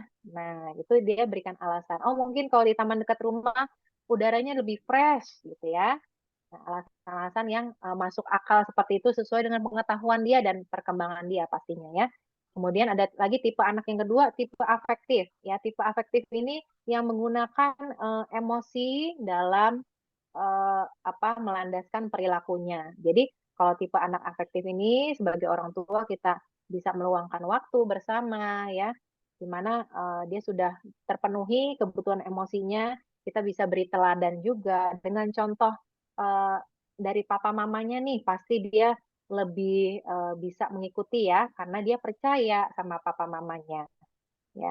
Kemudian untuk yang tipe yang ketiga adalah reflektif. Nah, ini tipe anak yang taat pada aturan ya, mudah untuk diarahkan, diberi ditanamkan value-value. Jadi kalau kita tanamkan nilai-nilai kepada anak tipe ini sejak kecil, dia akan berpegangan nih pada nilai itu sampai dia besar, sampai dia dewasa. Ya, untuk pendekatan orang tua terhadap anak ini, kita bisa mendengarkan dulu, mungkin dia apa sih nilai-nilai yang dia punyai ya, alasannya apa sih melakukan ini, kemudian berikan gambaran situasi dulu nih sebelum anak menghadapinya. Oh, Nanti kalau kita mau ke rumah opa oma, kamu ini ya panggil dulu ya, panggil opa oma dulu, menyapa dulu gitu. Kemudian nggak boleh makan di kamar ya, misalnya kayak gitu. Ya, jadi aturan-aturannya kita berikan dulu secara jelas. Kemudian berdasarkan tipe daya respon otaknya nih. Jadi ini di fingerprint analysis juga terlihat apakah anaknya itu tipe analytical atau spontanitas. Ya, tipe yang analytical ini tipe anak yang suka berpikir gitu ya. Kalau kita lihat itu little scientist. Jadi kalau kita meminta dia untuk melakukan sesuatu, dia akan pikirkan dulu, kenapa saya harus seperti itu gitu ya. Kenapa saya harus ikutin mama? Karena saya kan punya pendapat sendiri misalnya. Ya, dia pemikirannya logis gitu. Jadi kita juga harus memberikan pengetahuan yang cukup ya, membacakan cerita, ajak anak berdiskusi ya. Jadi kalau kita lihat anak ini mempertanyakan instruksi dari kita gitu ya, jangan kita bilang kamu apa namanya berdebat dulu terus nih sama mama gitu ya. Nah mungkin dia perlu dijelaskan aja gitu kan. Nah untuk anak yang spontanitas, nah dia lebih ke spontan nih dalam mengekspresikan uh, bakatnya yang bakat bawaannya gitu ya. Jadi lebih terlihat untuk anak-anak yang spontan ini terhadap potensi-potensinya. Kayak tadi ya ada anak yang punya potensi berbicara gitu ya. Dia akan spontan nih ketemu orang baru dia suka ngobrol gitu ya. Nah, kita sebagai orang tua bisa menstimulasi dengan cara ayo kita ajak deh praktekkan nih kemampuan-kemampuan kamu gitu kan. Eksplorasi juga di lingkungan sekitar, mengasah keahliannya lagi. Ya. Oke, tipe anak yang berikutnya adalah yang otak kirinya lebih responsif, ada juga yang otak kanannya lebih responsif. Nah, bedanya apa? Untuk yang otak kiri lebih responsif, anak ini berpikir dengan cara yang logis, rasional, dan struktural. Artinya yang tadi lebih menggunakan alasan-alasan yang masuk akal, ya. Berpikirnya juga secara sistematis, ya. Jadi untuk hal-hal yang eksperimen-eksperimen sederhana, penelitian sederhana dia sudah lebih suka gitu ya. Nah, lebih responsif nih. Nah, bagaimana cara kita untuk sebagai orang tua dalam menstimulasi, kita bisa memberikan panduan untuk mengerjakan tugas secara sistematis. Untuk yang otak kanan ya berpikirnya dengan holistik, kreatif, dan lebih fleksibel nih. Jadi contohnya mendapatkan tugas membuat mading gitu ya, majalah dinding. Nah, kalau anak yang otak kiri ini cenderung mungkin harus sistematis. Jadi mungkin dia harus membuat langkah-langkahnya dulu. Dia harus mencari bahan madingnya dulu ya. Kemudian kalau udah ada bahannya ya dia baru bisa apa yang dia mau susun di situ gitu ya, apa yang dia mau taruh di situ dia harus jelas dulu dari A sampai Z baru dia bisa mulai kerjakan. Tapi kalau yang otak kanan ini berbeda ya gitu ya. Dia perlu diberikan kebebasan untuk mengerjakan tugas. Ya, contohnya ketika membuat tugas mading tadi, mungkin dia lagi punya ide buat isinya dulu gitu ya, yang nanti pembukaan penutupnya nanti dulu deh. Nah, seperti itu. Jadi bedanya tipe anak kita perlu paham dulu supaya kita paham ya cara menstimulasinya, menanggapinya seperti apa. Oke, nah kemudian ada juga potensi yang tadi saya sudah sampaikan juga ya, bahwa setiap anak itu punya potensi terhadap konten-konten digital, keahlian digital ini dengan berbeda-beda juga. Ya, nanti akan ada grade-nya nih A, B, C, D gitu. Apakah dia sudah skillful, apakah dia mungkin perlu pendampingan lagi oleh orang tuanya, seperti itu ya. Nah, kita bisa lihat juga bagaimana apakah anak sudah bisa mengelola waktunya nih, walaupun ada game dan entertainment yang dia bisa nikmati, apakah dia masih memperhatikan jadwal belajarnya gitu ya, apakah dia bisa menghadapi masalah-masalah isu-isu digital seperti bullying ya, sosial media, apakah dia bisa apa, fokus menampilkan prestasinya, misalnya seperti itu. Atau menggunakan media ini sebagai untuk mencari sumber informasi itu tadi. Ya, itu dia potensi digital anak ya, ternyata juga bisa terlihat gitu dari sidik jari anak kita. Oke, bentar ya. Oke, iya masih ada lagi pemilihan pendidikan yang tepat ya. Jadi yang ketiga ini adalah pemilihan pendidikan yang tepat ya, dari solusi-solusi yang tadi sudah ada kenali potensi, kemudian stimulasi anak ya. Pemilihan pendidikannya itu juga harus tepat nih, karena ini adalah lingkungan yang signifikan juga buat anak-anak. Jadi ada 5 tipe sekolah ya, ada School of Achievement ya.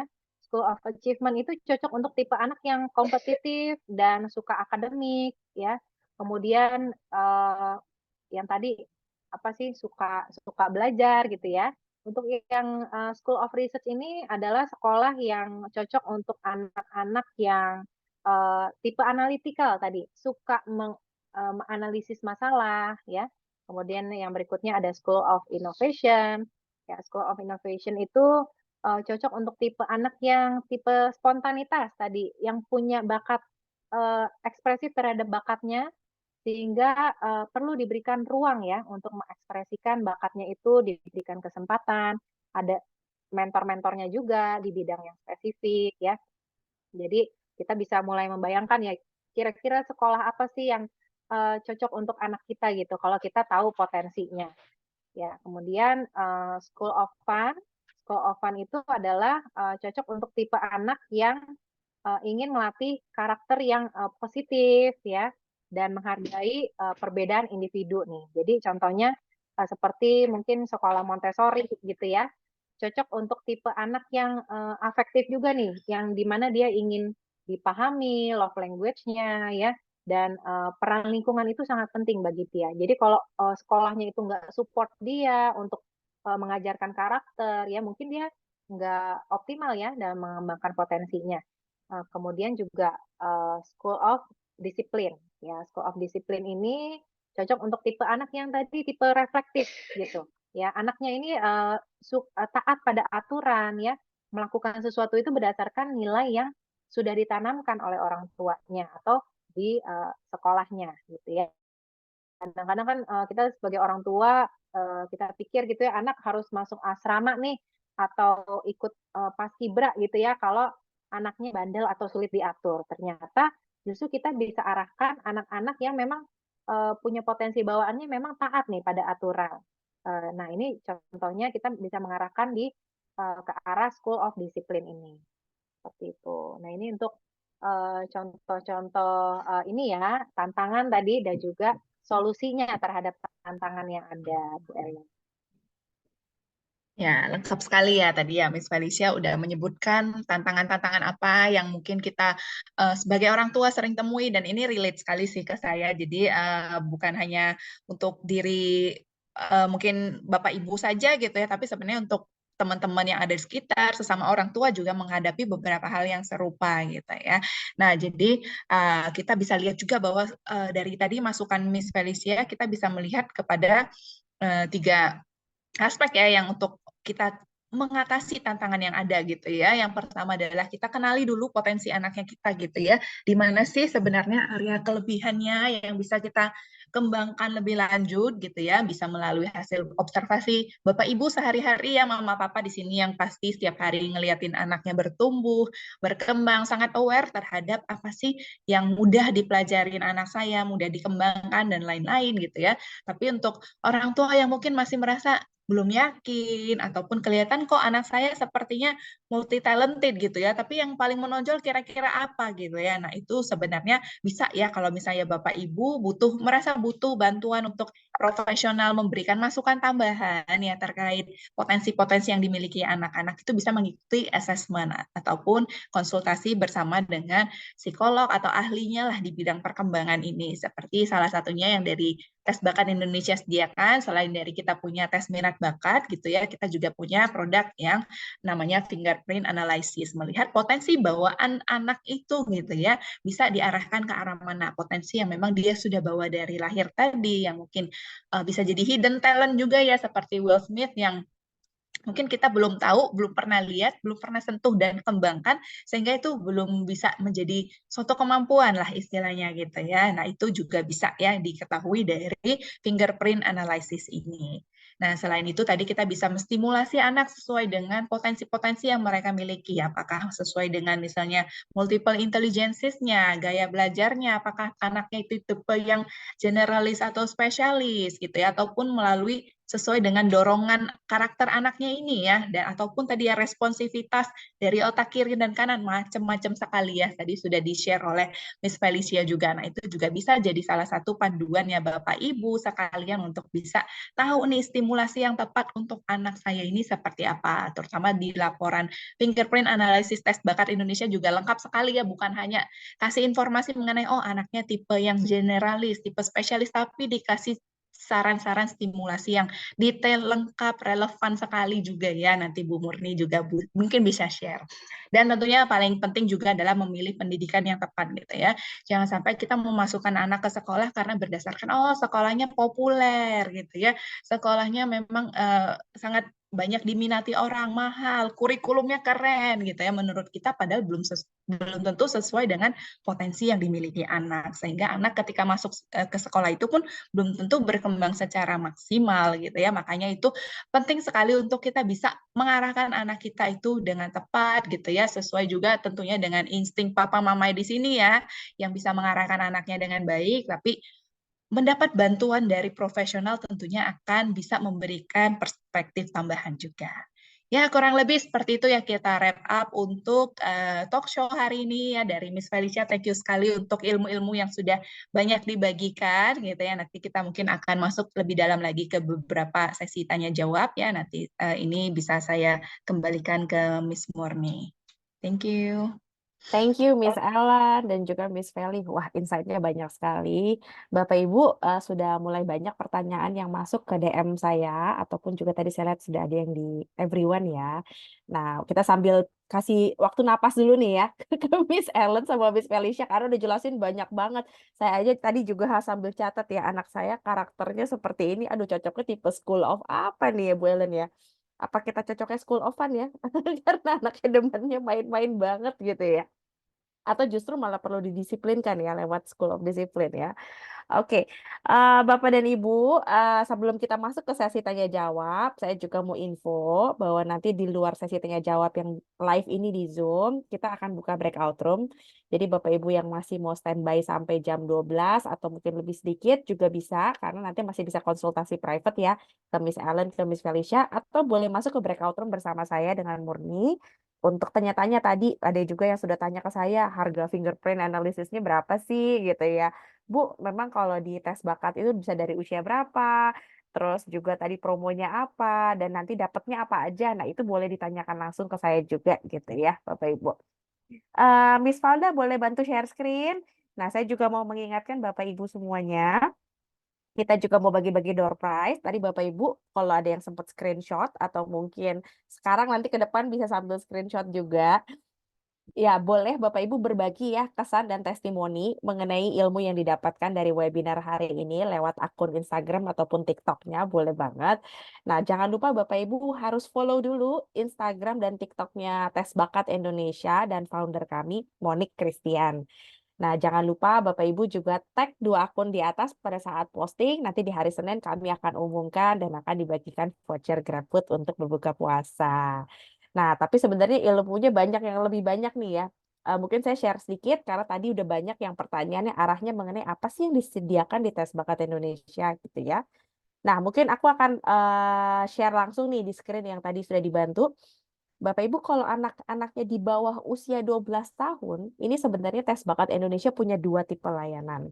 Yaitu kami sudah terkenal juga dengan psikotes atau tes bakat anak premium. Nah, ini sampulnya ada di sebelah kanan seperti gambar kepala manusia, tulisannya 4P gitu ya. Kenapa disebut 4P? Karena aspek yang diukur itu dikonsentrasikan ke 4 aspek utama. potensi atau IQ-nya anak, terus ada juga personality atau kepribadian gitu ya, dan ada physical, kita juga mau tahu perkembangan psikomotorik, dan yang terakhir passion. Jadi kayak tadi orang tua ada yang bingung ya, anak saya hobinya mau diarahkan kemana. Nah, ini kalau psikotes sendiri bisa diikuti mulai 5 sampai 12 tahun gitu ya. Nah, tapi kalau khusus anak Bapak Ibu yang mungkin di sini usianya kalau belum 5 tahun gimana Miss Murni? Apakah harus tunggu 5? Well, tidak juga Bapak Ibu, kabar baik karena justru kami launching program ini, fingerprint analysis ini untuk bantu orang tua mulai dari anak-anaknya usianya yang tadi 1 tahun kurang juga. Jadi ini bisa dari usia bayi sampai usia 12 tahun ya kalau fingerprint justru ya. Nah, bedanya apa? Kalau tadi Bu Ellen cerita fingerprint itu kita lebih baca potensi genetik ya, Bu Ellen ya. Tadi kita kan mau lihat ya, bagaimana kecenderungan bahwa adanya hubungan dari pola jari manusia dengan respon-respon yang ada di otaknya. Jadi memang ada hubungan dari hormon yang membentuk jaringan-jaringan otak ini dengan yang membentuk pola jari kita gitu ya. Dan setiap manusia di dunia itu tidak ada yang sama, bahkan anak kembar sekalipun loh katanya.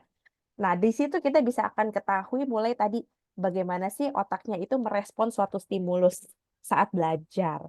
Nah, dari situ orang tua jadi tahu banyak cara belajar yang tepat buat anak, apakah visual, auditory, kinestetik gitu ya. Cara dia merespons kalau misalnya ada beban belajar atau ada masalah, respon stresnya seperti apa, multiple intelligence-nya. Tadi ya, ternyata Will Smith juga punya selain bakat acting, bakatnya berarti di logical math ya, dan juga di motorik karena main Rubiknya cepet gitu kan ya. Dan saya tahu ini yang paling penting banget buat para orang tua, terutama di usia transisi ya. Sebenarnya kita nggak mau salah nyekolahin anak kan, karena biaya pendidikan sekolah tuh mahal. Banyak orang tua di sini yang sambil bekerja, sehingga juga memang pastinya menitipkan anak gitu ya.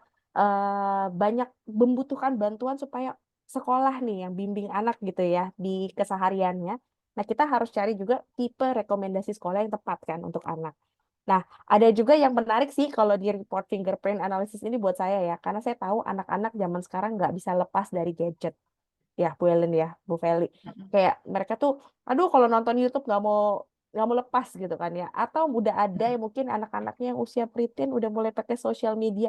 Ternyata di fingerprint analysis ini juga bisa membaca bagaimana kecenderungan mereka dalam mengontrol diri pada saat menggunakan konten-konten digital. Jadi ada digital potential enrichment yang bisa kasih masukan banyak nih ke orang tuanya di sini.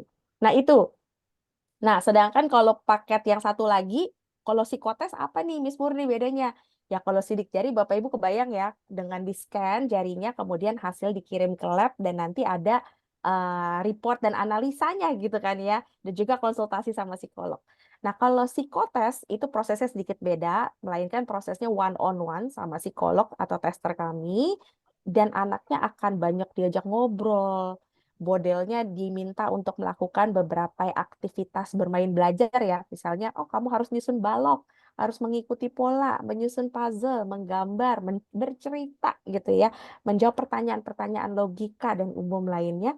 Jadi dari interaksi ini kita juga akan menarik IQ atau skor kognitifnya anak gitu ya.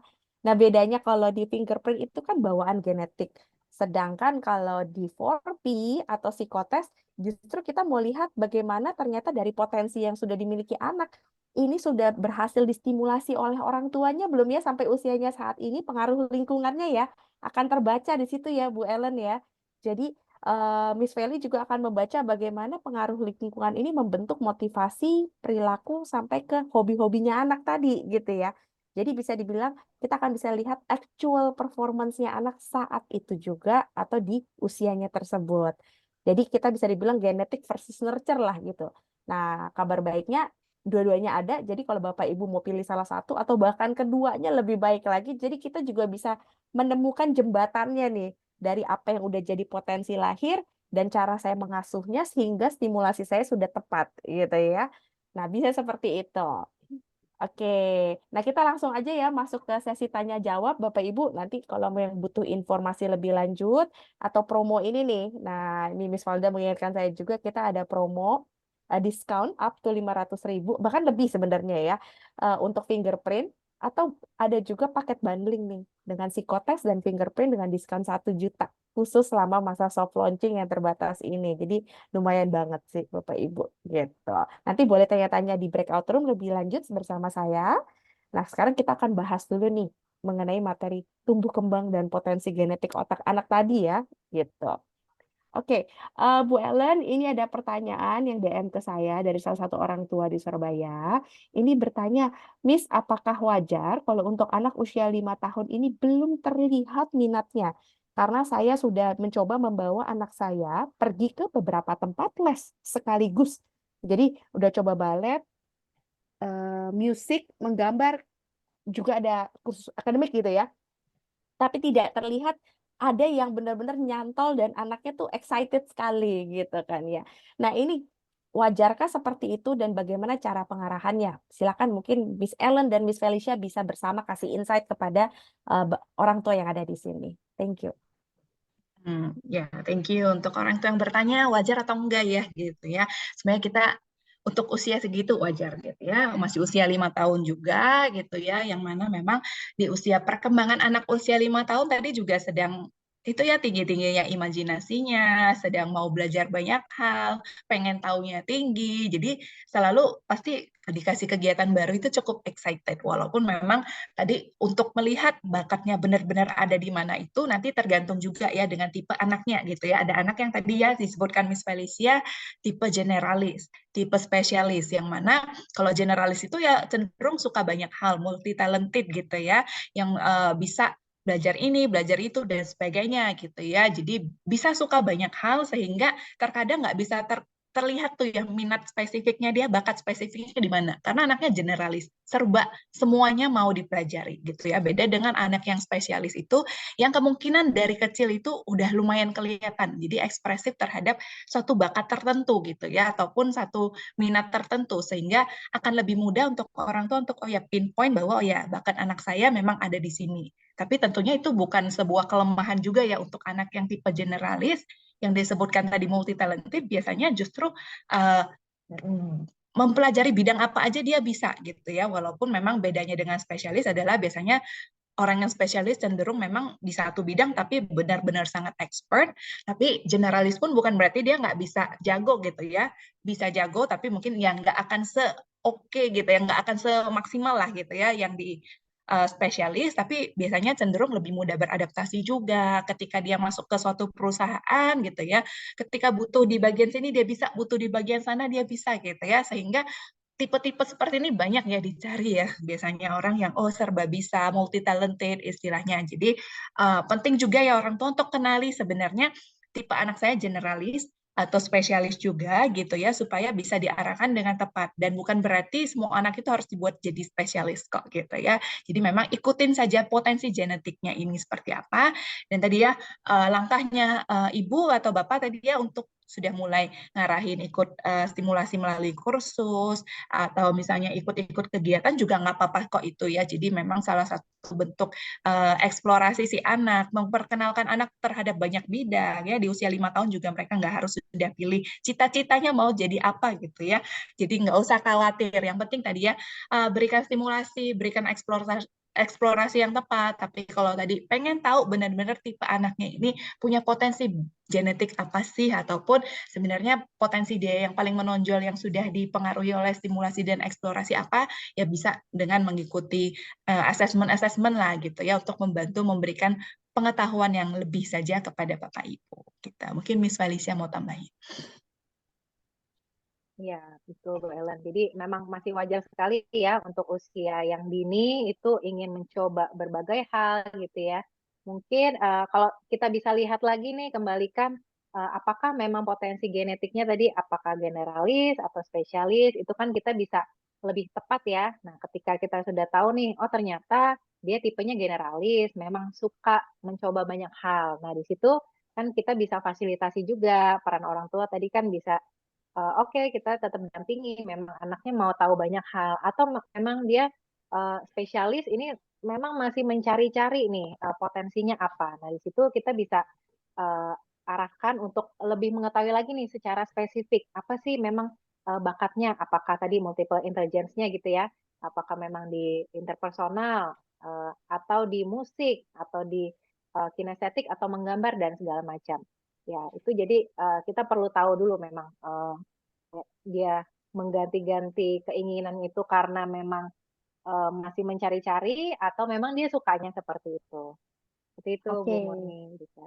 Baik, thank you Miss Feli dan juga Miss Ellen. Jadi sebenarnya jawabannya adalah tidak perlu khawatir ya. Memang setiap anak punya cara belajar yang berbeda tadi berdasarkan potensi respon otaknya dan karakternya juga. Ada yang tipe memang mau langsung belajar ke satu bidang gitu kan ya, di mana dia udah langsung mendalami ya. Makanya kita mungkin pernah dengar ya Bapak Ibu ada di sini anaknya Bapak Ibu atau mungkin kenalan yang kalau sekali lagi udah belajar tentang planet kayaknya dia hafal semuanya ya, fakta-faktanya gitu kan ya. Ukurannya berapa gitu kan ya, terbuat dari material apa gitu kan dan segala macam ya. Tapi ada juga anak yang memang hausnya akan pengetahuan yang lebih luas, belajar dulu mengobservasi dengan umum gitu ya, nanti baru di-relate mana yang paling cocok buat dia gitu ya. Oke. Nah, ini kita bisa masuk ke pertanyaan kedua untuk Bu Feli dan juga Bu Ellen gitu ya. Ingin bertanya, sebenarnya potensi anak itu ketika memang sudah diukur di usia tertentu, apakah artinya itu sudah menjadi potensi harga matinya atau sesuatu yang sebenarnya bisa berubah sih nanti di masa depan atau ketika dia dewasa? Artinya apakah potensi genetiknya yang dia miliki saat itu akan jadi bawaan dia pas dewasa memang seperti itu nih, gitu ya? Atau memang ada pengaruh lainnya mungkin dari Bu Feli dan Bu Ellen ada penjelasan tambahan tentang itu. Silakan. Oke, Aduh. mungkin saya bantu menjelaskan dulu ya. Nanti mungkin bisa ditambahkan oleh Bu Ellen. Oke, kalau untuk potensi genetik yang memang bisa dilihat dari sidik jari anak, nah itu memang potensi genetik bawaan yang sudah cenderung menetap seperti itu. Ya, asahnya seperti apa oleh orang tua ataupun peran lingkungan di sekitarnya. Nah, itu memang akan lebih terlihat hasil pengasahannya itu di yang kemampuan anak saat ini. Ya, kalau kita lihat dari psikotes ya, di situ kita bisa lebih paham nih bakat-bakat apa yang sudah terasah oleh orang tua dan anak gitu ya. Nah, seperti itu. Tapi kalau potensi genetik itu memang sudah cenderung menetap gitu ya. Kalau ibarat tadi benih gitu ya, benih apel ini emang akan tumbuh menjadi apel juga pada akhirnya entah kapan. Contohnya seperti tadi J.K. Rowling gitu ya. Ternyata dia punya potensi bahasa yang baik gitu. Mungkin tumbuhnya nanti saat dini atau saat nanti sudah berusia lanjut gitu, nah itu beda-beda kan apakah sudah terasah atau belum. Gitu. Mungkin dari Bu Ellen ada tambahannya. Ya, jadi kurang lebih sih sebenarnya sama. Cuman kalau memang tadi kami sih banyak mengibaratkan seperti benih ya gitu ya. Tapi ya pasti nggak, kalau untuk manusia nggak sesimpel benih yang jadi pohon apel, dari pohon apel ditumbuhnya jadi buah apel gitu ya. Tentunya lebih kompleks karena manusia kan diciptakan kompleks gitu ya. Jadi kalau saya mungkin lebih ibaratkan misalnya pohon apa ya yang banyak fungsinya, pohon kelapa deh ya gitu ya, atau pohon ya pohon kelapa deh misalnya ya, ataupun apa ya biasanya, tunggu, pepaya deh ya, pepaya gitu. Maaf berubah-berubah gitu ya. Jadi sorry saya jadi pisang. Tunggu saya pikirin. Sorry pohon bukan pepaya, apa sih namanya, pisang. Nah, pohon pisang itu kan lebih banyak fungsinya ya. Kalau kita tahu bahwa pisang itu ada daun pisangnya gitu ya, ada bunga pisangnya gitu ya, ada apa jantung pisangnya, ada buah pisangnya gitu ya. Yang mana sebenarnya fungsinya banyak ya. Jadi potensinya banyak. Jadi manusia itu juga bukan hanya tumbuh ya jadi satu potensi aja. Jadi kita punya beberapa potensi yang mana ya tergantung stimulasinya yang akan tumbuh atau yang akan muncul gitu ya. Misalnya ketika yang dipupuknya atau misalnya tempat ditumbuhkannya adalah di area yang misalnya depan rumah saya gitu ya, yang jarang kena matahari gitu ya. Oh mungkin yang akan lebih tumbuh karena disiram terus adalah daunnya lebih hijau gitu ya. Jadi tetap ada fungsinya kan, potensi dari si daun ini ya buat bungkus makanan lah gitu ya, buat jadiin ini pelindung kepala kalau hujan gitu ya. Tapi mungkin kalau ini kita tanamnya adalah di tempat yang ada cahaya matahari, terus saya beri pupuk ya, pupuk yang khusus memang supaya buahnya lebat. Ya, jadinya stimulasinya banyak ke arah buahnya gitu kan, buahnya jadi banyak gitu ya, pisangnya gede gitu ya, terus manis rasanya dan sebagainya. Ataupun misalnya yang lain, jadinya kulitnya yang tumbuh atau gimana. Nah itu macam-macam kan. Jadi seperti manusia gitu ya, manusia tuh punya potensi yang sebenarnya ya bukan hanya satu ya, biasanya pasti lebih dari satu, banyak dan lebih kompleks gitu ya. Jadi tergantung kita nanti akan menstimulasinya yang mana, maka itu yang kelihatan. Jadi bisa jadi potensi genetiknya kita ada gitu ya, di bidang misalnya tadi menulis gitu ya. Cuman stimulasinya nggak pernah ada sejak kecil gitu ya. Jadi yang muncul mungkin potensinya kita yang di bidang lain, misalnya bidang sebagai olahragawan gitu ya, bisa jadi ya, olahraga, menulis, misalnya satu lagi matematika, misalnya potensinya ada 3. Karena yang dilatih di olahraga terus yang muncul itu.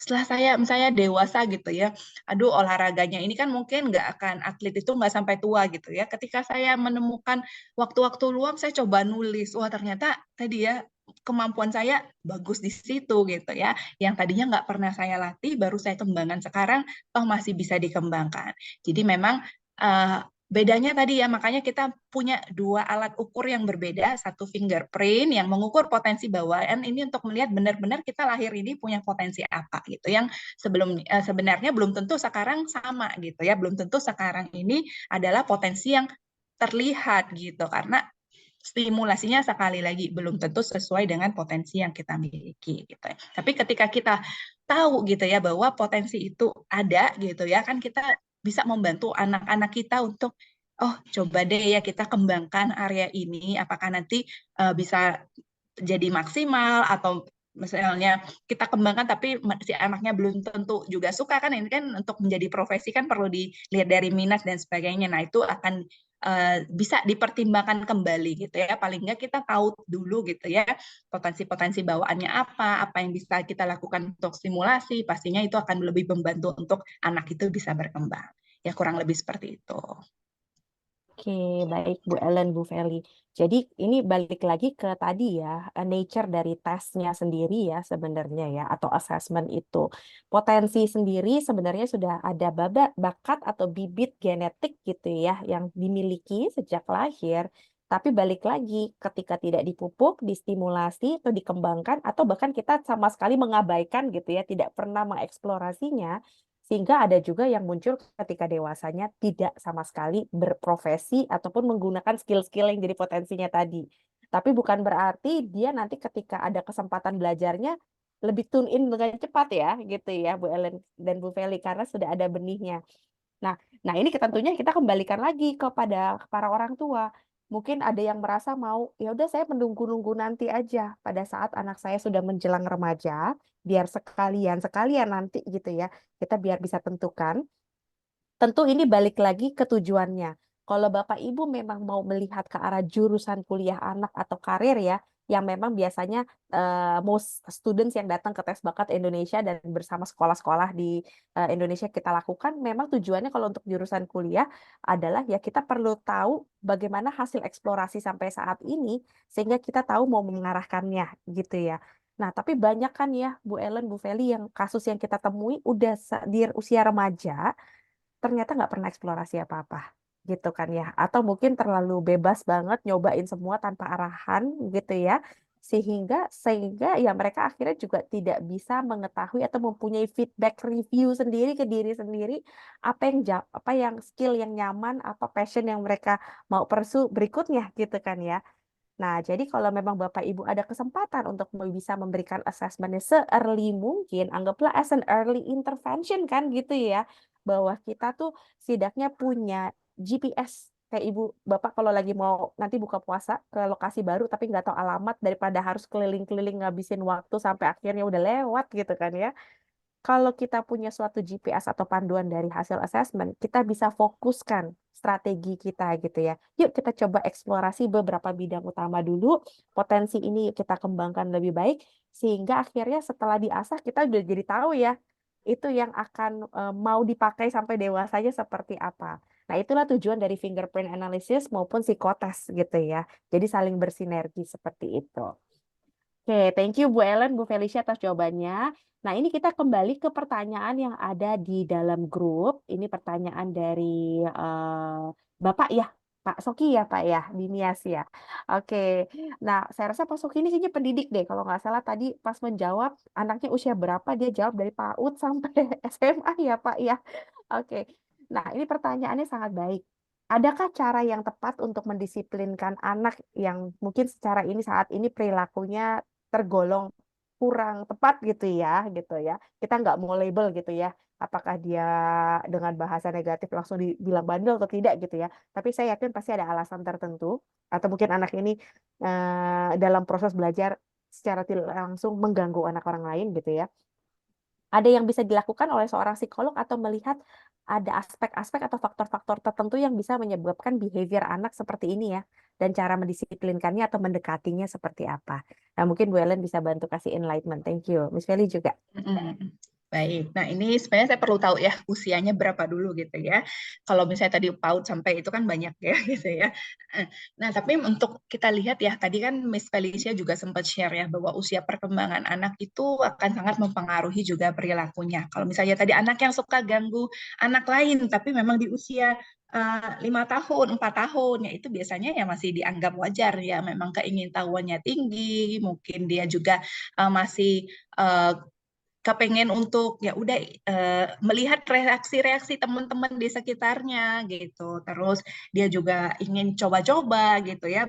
Oh kalau misalnya saya berlaku seperti ini gimana? Dan untuk anak yang usia tadi ya masih usia di bawah 7 tahun ya, sebelum masuk ke konkret operasionalnya gitu kan, mereka juga belum punya kapasitas untuk bisa melink lah ya, menghubungkan sebab akibat gitu ya, sehingga terkadang mereka belum tahu bahwa oh kalau misalnya dampak terhadap perbuatan saya, misalnya gangguin teman, itu bisa konsekuensinya apa, atau mukul teman, dorong teman, dia nggak kebayang bahwa dorong teman, teman saya jatuh, bisa saya luka, kakinya patah, kena kepalanya jadi apa gitu ya, cacat gitu ya, dan sebagainya, itu belum nyampe gitu ya. Jadi sehingga kita tadi penting juga untuk tahu usianya sampai di mana saat ini, sehingga kita juga bisa memberikan saran ya ataupun penanganan yang sesuai dengan usianya. Jadi kalau misalnya tadi usianya adalah anaknya memang sudah di atas 7 tahun, sudah bisa diajak berdiskusi, ya kita akan bisa berikan insight ya terkait oh kalau kamu berbuat seperti ini, dampaknya bisa seperti ini. Nah, kalau bisa dibayangkan juga kan anaknya kalau kamu yang berada dalam posisinya dia, perasaan kamu kira-kira seperti apa. Nah, itu udah bisa diajak lebih ngobrol gitu ya. Kalau udah lebih dewasa lagi bahkan bisa dikasih isu-isu misalnya global, sosial dan sebagainya, kira-kira bisa relate. Tapi kalau untuk anak-anak yang lebih muda gitu ya, dia belum bisa membayangkan gitu ya, sehingga yang tadi masih perlu adalah hal-hal yang konkretnya gitu ya, menetapkan misalnya aturan-aturan di rumah ataupun di kelas gitu ya, nggak bisa dengan tadi ya wejangan-wejangan panjang misalnya tadi ya, karena anaknya belajarnya masih simbolik gitu ya, oh mungkin dikasih di kelas gambar tidak pukul ya, jadi pukul dicoret gitu ya atau gimana ya, ataupun selama jam belajar nggak teriak gitu ya dan sebagainya. Jadi itu memang ada aturan-aturan yang jelas gitu ya, konkret, simbolik gitu ya, itu yang sesuai dengan perkembangannya. Kalau untuk anak yang lebih muda lagi ya tentunya tidak lagi gitu ya. Jadi kurang lebih tadi tahu dulu usia perkembangannya dan penanganannya akan disesuaikan dengan usianya lagi, seperti itu. Jadi kalau dari saya sih bukan believer yang bahwa anak itu wajib di time out gitu juga ya gitu ya. Jadi tentunya konsekuensi ada gitu ya, tapi ya juga nanti mungkin yang tadi sesuai dengan usianya juga gitu ya, dan hindari perilaku agresif untuk anak tidak meniru gitu. Seperti Oke. itu. Dari Miss Feli mungkin ada yang mau ditambahkan, Miss? Kalau tipsnya dari Miss Feli, gimana caranya nih supaya kita bisa kenali cara mendisiplinkan anak yang baik atau tepat gitu ya, sesuai dengan tahap perkembangannya. Ya, oke. Selain tadi yang Bu Ellen sampaikan bahwa kita memang perlu penting ya untuk mengetahui dulu nih usia anaknya itu berapa gitu. Apakah lagi masa-masa eksplorasi atau memang ada alasan lain di balik itu gitu ya. Kalau memang anaknya sudah lebih dewasa, sudah lebih besar ya, di mana dia seharusnya nih kalau menurut kita, kalau menurut tahap perkembangan tadi harusnya sudah bisa sudah bisa seperti ini gitu ya, sudah tidak mengganggu anak lain lagi, sudah lebih tertib gitu ya. Nah itu biasanya perlu ajak lagi ngobrol ke anaknya gitu ya. Sebenarnya apa sih alasannya gitu? Kenapa sih? Mungkin ada banyak faktor sebenarnya ya. Bisa karena mungkin dia ada kebutuhan emosionalnya yang bisa belum terpenuhi ya. Misalnya dia butuh ditemani nih saat belajar atau dia butuh ditemani saat bermain ya. Nah, hal-hal seperti itu yang kadang-kadang ada anak-anak yang tidak terbiasa untuk mengungkapkan kepada orang tuanya atau kepada orang lain. Nah, di situ kita bisa menjembatani gitu ya, dari orang tua bisa bertanya, apakah kamu seperti ini, apakah kamu merasa seperti ini. Nah, di situ kita bisa eh, mencoba merangkul anak untuk menceritakan apa yang menjadi unek-uneknya nih.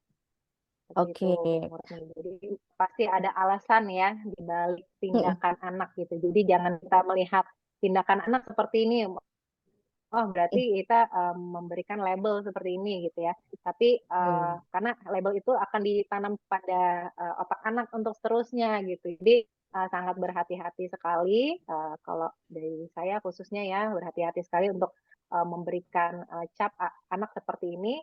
Jadi sebaiknya kita ketahui dulu alasannya seperti apa. Iya, saya setuju sekali sama Miss Ellen dan Miss Feli. Kita perlu kenal terlebih dahulu tahapan perkembangan anak ya. Jadi biasanya ada suatu alasan terhadap behavior tertentu ya. Ya mungkin ada hal yang memang masih belum dikuasai keterampilan emosi dan perilakunya gitu ya. Jadi ada frustasi tapi nggak bisa menyampaikan, misalnya seperti itu ya. Nah, terus kemudian kalau tadi Miss Feli tambahkan juga cari waktu untuk bisa connect sama anaknya dengan baik nih gitu ya. Nah, saya a big believer dengan istilah yang adalah connection before correction. Jadi sebelum kita bisa point out a mistake gitu ya dalam seorang anak, nggak cuma anak ya, mungkin Bapak Ibu sama pasangan masing-masing juga gitu ya. Siapa sih yang suka langsung dibilang kamu tuh salah gitu ya. Nah, kita perlu ingat kita harus punya koneksi yang baik dulu sama pasangan ataupun putra-putri kita itu. Nah, salah satunya adalah mungkin kita juga bisa kenal bahasa kasih kita atau bahasa kasihnya si anak gitu ya, Bu Helen, Miss Feli. Jadi kita tahu anak kita, mungkin Bapak Ibu ada yang pernah dengar gitu ya, istilah bahasa kasih itu kayak ada anak yang tipenya memang suka dengan quality of time gitu ya. Berarti dia tuh maunya ditemani, didampingi saat melakukan kegiatan yang dia sukai gitu ya. Ada yang sukanya dengan love language-nya adalah touch gitu ya. Memang suka diberikan sentuhan, pelukan, afirmasinya lewat sentuhan fisik itu. Ada juga yang by word dan yang lain-lain. Nah, itu membantu sekali juga sih untuk kita afirmasi dulu ya dengan cara seperti itu connection-nya, baru nanti kita cari waktu untuk bisa correct the behavior-nya. Nah, kebetulan love language juga ada sih di dalam fingerprint analysis kita. Jadi kita bisa tahu tentang anak-anak kita ya. Oke, Miss Ellen, Miss Feli, tidak sangka ya udah mau jam 12 nih, tinggal 6 menit lagi. Tapi yang nanya sebenarnya masih banyak. Jadi Bapak Ibu nanti setelah jam 12 saya akan buka breakout room, di mana Bapak Ibu silakan banget kalau masih mau konsul tanya sama Miss Ellen, sama Miss Feli tentang tumbuh kembang anak, atau tanya program fingerprint boleh sama saya. Nah ini kita akan tutup dengan satu pertanyaan terakhir yang menurut saya pertanyaannya serupa nih gitu ya. Nah, pertanyaan ini dari Ibu Laura ya, yang ada di LA, bertanya tentang akurasi dari fingerprint analysis. Nah, untuk menyambung pertanyaan ini, kebetulan juga ada DM ke saya dari Ibu Siska, yang kasusnya di mana anaknya saat ini usia 5 tahun dan ditanya mau les apa aja, jawabannya oke, mau. Tapi kan jadi nggak yakin ya orang tua ya, aduh bayar les juga mahal ya. Nanti kalau udah bayar uang pangkal, uang les, ataunya cuma 2 minggu, sebulan, 2 bulan nggak lanjut kan sayang gitu ya. Oke, nah ini apakah seberapa akurat sih fingerprint analysis ini kalau kita bilang benar-benar untuk mengukur potensi anak atau melihat kecerdasan majemuk ya, tadi kita mau lihat anaknya memang punya potensi di olahraga, interpersonal, naturalis, logic math, bahasa dan yang lain-lain gitu ya, ataupun untuk memprediksi tadi ya tendensi behavior dan yang kayak tadi rekomendasi sekolah dan yang lain-lain. Nah, boleh Bu Ellen dan Bu Felicia wrap up pertanyaan ini, nanti kita lanjutkan lagi di sesi breakout room ya, Bapak Ibu. Silakan. Baik. Nah, jadi fingerprint memang masih mungkin banyak orang ya yang yakin atau tidak yakin gitu ya, gimana sih kaitannya. Tadi Miss Murni udah sempat jelasin sedikit ya, bahwa potensi yang dilihat dari fingerprint adalah potensi genetik, yaitu bawaan, yang mana kaitannya adalah memang dari fingerprintnya kita ini berhubungan dengan hormonnya manusia. Jadi guratan kulit ini berhubungan dengan hormon manusia, yang keterkaitannya ini juga terlihat pada perkembangan bagian-bagian otak gitu ya, ataupun respons dari bagian-bagian otak. Sehingga ketika misalnya kita punya pola sidik jari yang seperti ini, dengan intensitas yang seperti ini, di jari yang seperti ini, itu kaitannya adalah respons kita yang lebih cepat di bagian otak yang sebelah mana. Gitu ya, kurang lebih gambaran detail ataupun sederhananya seperti itu, walaupun yang nggak sesimpel itu ya. Jadi apakah misalnya lebih cepat di bagian otak bagian depan, ya kalau di sini ada ahli-ahli kedokteran atau anatomi ya, lobus yang temporal kah atau parietal ataupun yang optikal gitu kan dan sebagainya, itu akan melihat bahwa dan anak dengan kecepatan respons otak yang di optikal artinya adalah yang memang pengamatannya lebih bagus gitu ya, sehingga itu yang memang diukur ataupun tampak dari analisis sidik jari ini. Nah, tapi itu kan tadi sekali lagi yang bawaan itu belum tentu apa yang tampil saat ini, karena terkadang bawaan itu belum tentu semua orang tahu, ataupun memang belum tentu itu sebuah hal yang ekspresif tadi ya, yang langsung kelihatan dari performance kita sehari-hari, yang langsung orang tua tahu bahwa hal ini yang harus disimulasi.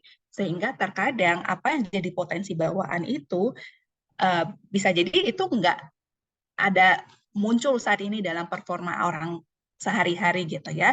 Sehingga ada beberapa orang yang merasa bahwa ya hasil saya jadinya nggak akurat. Padahal ya bukan seperti itu gitu ya. Sehingga saya nggak mau katakan bahwa maksudnya ini nggak akurat, tapi maksudnya gimana ya, bahwa akurasinya sebenarnya bukan sesuatu hal yang kita bisa langsung nilai dengan angka. Seperti itu, karena tadi ya, tampilan saat ini belum tentu sama dengan potensi bawaan kita, gitu. Kalau memang stimulasinya kurang tepat. Sehingga memang fingerprint analysis ini adalah sesuatu hal yang kita bisa ya ketahui gitu ya. Kalau kita ketahui akan bantu kita untuk stimulasi dengan benar gitu ya, dengan sesuai dengan memang potensi bawaannya gitu. Tapi memang itu juga baiknya adalah kita sertakan jadi ini ada data tambahan juga ya, bukan data satu-satunya, sehingga kita harus tahu juga potensi bawaan potensi performanya anak saat ini ya, potensi aktualnya saat ini, disertai dengan observasi sehari-hari, dengan pengamatan yang tepat terhadap perkembangan anak sesuai dengan usia perkembangannya juga dan sebagainya. Jadi fingerprint analysis ini menjadi salah satu data tambahan untuk orang tua bisa lebih aware terhadap potensi bawaan yang dimiliki oleh anak ya, tergantung tadi ya seberapa cepat respons otaknya. Kalau otaknya yang depan lebih cepat lebih responsif, ini adalah memang hubungannya adalah dengan kognitifnya gitu ya. Kalau yang sampingnya adalah dengan relasi ataupun afektifnya.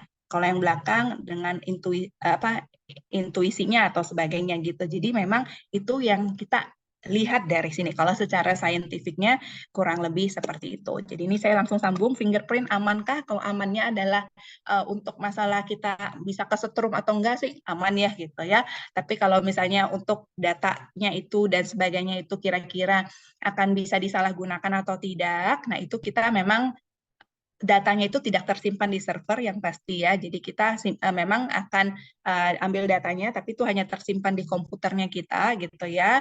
Dan komputernya kita itu ya tidak diakses oleh orang-orang lain juga, don't worry gitu ya. Di server walaupun kita send to lab itu langsung terhapus setelah itu di analisis. Jadi memang itu hanya akan digunakan untuk kepentingan analisis saja gitu.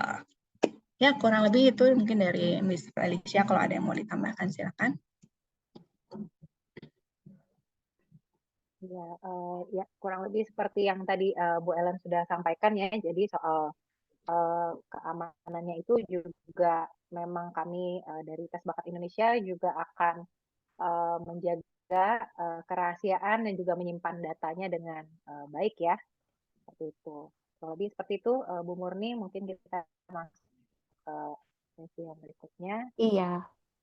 Baik, thank you Miss Felicia dan Miss Ellen. Jadi untuk pertanyaan terakhir tadi, Bapak Ibu yang memang masih mungkin masih ragu ya gitu ya tentang tadi apa seberapa baik sih tes ini bisa membantu saya mengenal ya pribadi diri anak saya. Bapak Ibu boleh tanya-tanya lagi di dalam breakout room yang akan saya buka ya sesaat lagi gitu ya. Tapi kalau berkaitan dengan validitas, tentu Bapak Ibu boleh percaya bahwa tes bakat Indonesia ini kami juga memang bisa dibilang punya komitmen ya untuk memberikan layanan yang tepat, yang akurat gitu ya, dalam bentuk semua asesmen kita, nggak cuma di fingerprint sih. Jadi dari tes penjurusan, asesmen karir, dan semua tools yang kami gunakan, ini kami pastikan sudah kami teliti dengan baik, kami curate dengan baik gitu ya, dan kami siapkan analisa dan reportnya sesuai dengan kebutuhan klien kita. Yang artinya kami juga mempertanggungjawabkan supaya tips-tips, strategi-strategi yang diberikan ini relatable. Kita justru nggak mau ngasih janji-janji yang muluk-muluk gitu ya, Bu Ellen ya gitu ya. Tentunya kalau untuk memprediksi jodohnya cocok seperti apa ya nggak ada gitu, nggak bisa gitu kan ya. Bahkan untuk tes yang untuk level tes kategori anak-anak aja kadang-kadang orang tua udah nanya gini, Miss, jadi nanti anak saya kalau gede cocok jadi dokter atau apa? Kita selalu bilang jangan seperti dijadikan sebagai ramalan seperti itu, Bapak Ibu, jangan langsung dibatasi. Kita lihat dulu aja dari kemampuannya gitu ya. Terlepas nanti mau dipakainya untuk profesi apa, kemampuan antar lintas profesi itu banyak yang setara loh. Jadi Bapak Ibu jangan mau langsung dikotak-kotakan juga gitu kan ya. Anggaplah ini sebagai panduan utama dulu gitu ya. Anak saya punya kemampuan kuat di logis matematis gitu ya. Wah, kalau logis matematis mungkin kita langsung mikirnya, wah, dia nanti kuliahnya jadinya di computer science aja ya, jadi ahli AI gitu atau cyber security gitu ya. Padahal kalau kayak Bu Ellen nih, yang kalau saya nggak salah IQ-nya juga di atas 130 ya, Bu Ellen paling kuat di logis matematis, pilihnya jadi psikolog juga. Bisa juga logika matematikanya dipakai untuk pengembangan tools, analisa. Nah, seperti itu. Jadi Bapak Ibu, makanya tentunya dari buat kami yang penting di luar assessment ini adalah adanya sesi konsultasi dengan psikolog. Itu juga penting, itu penekanannya sih buat saya.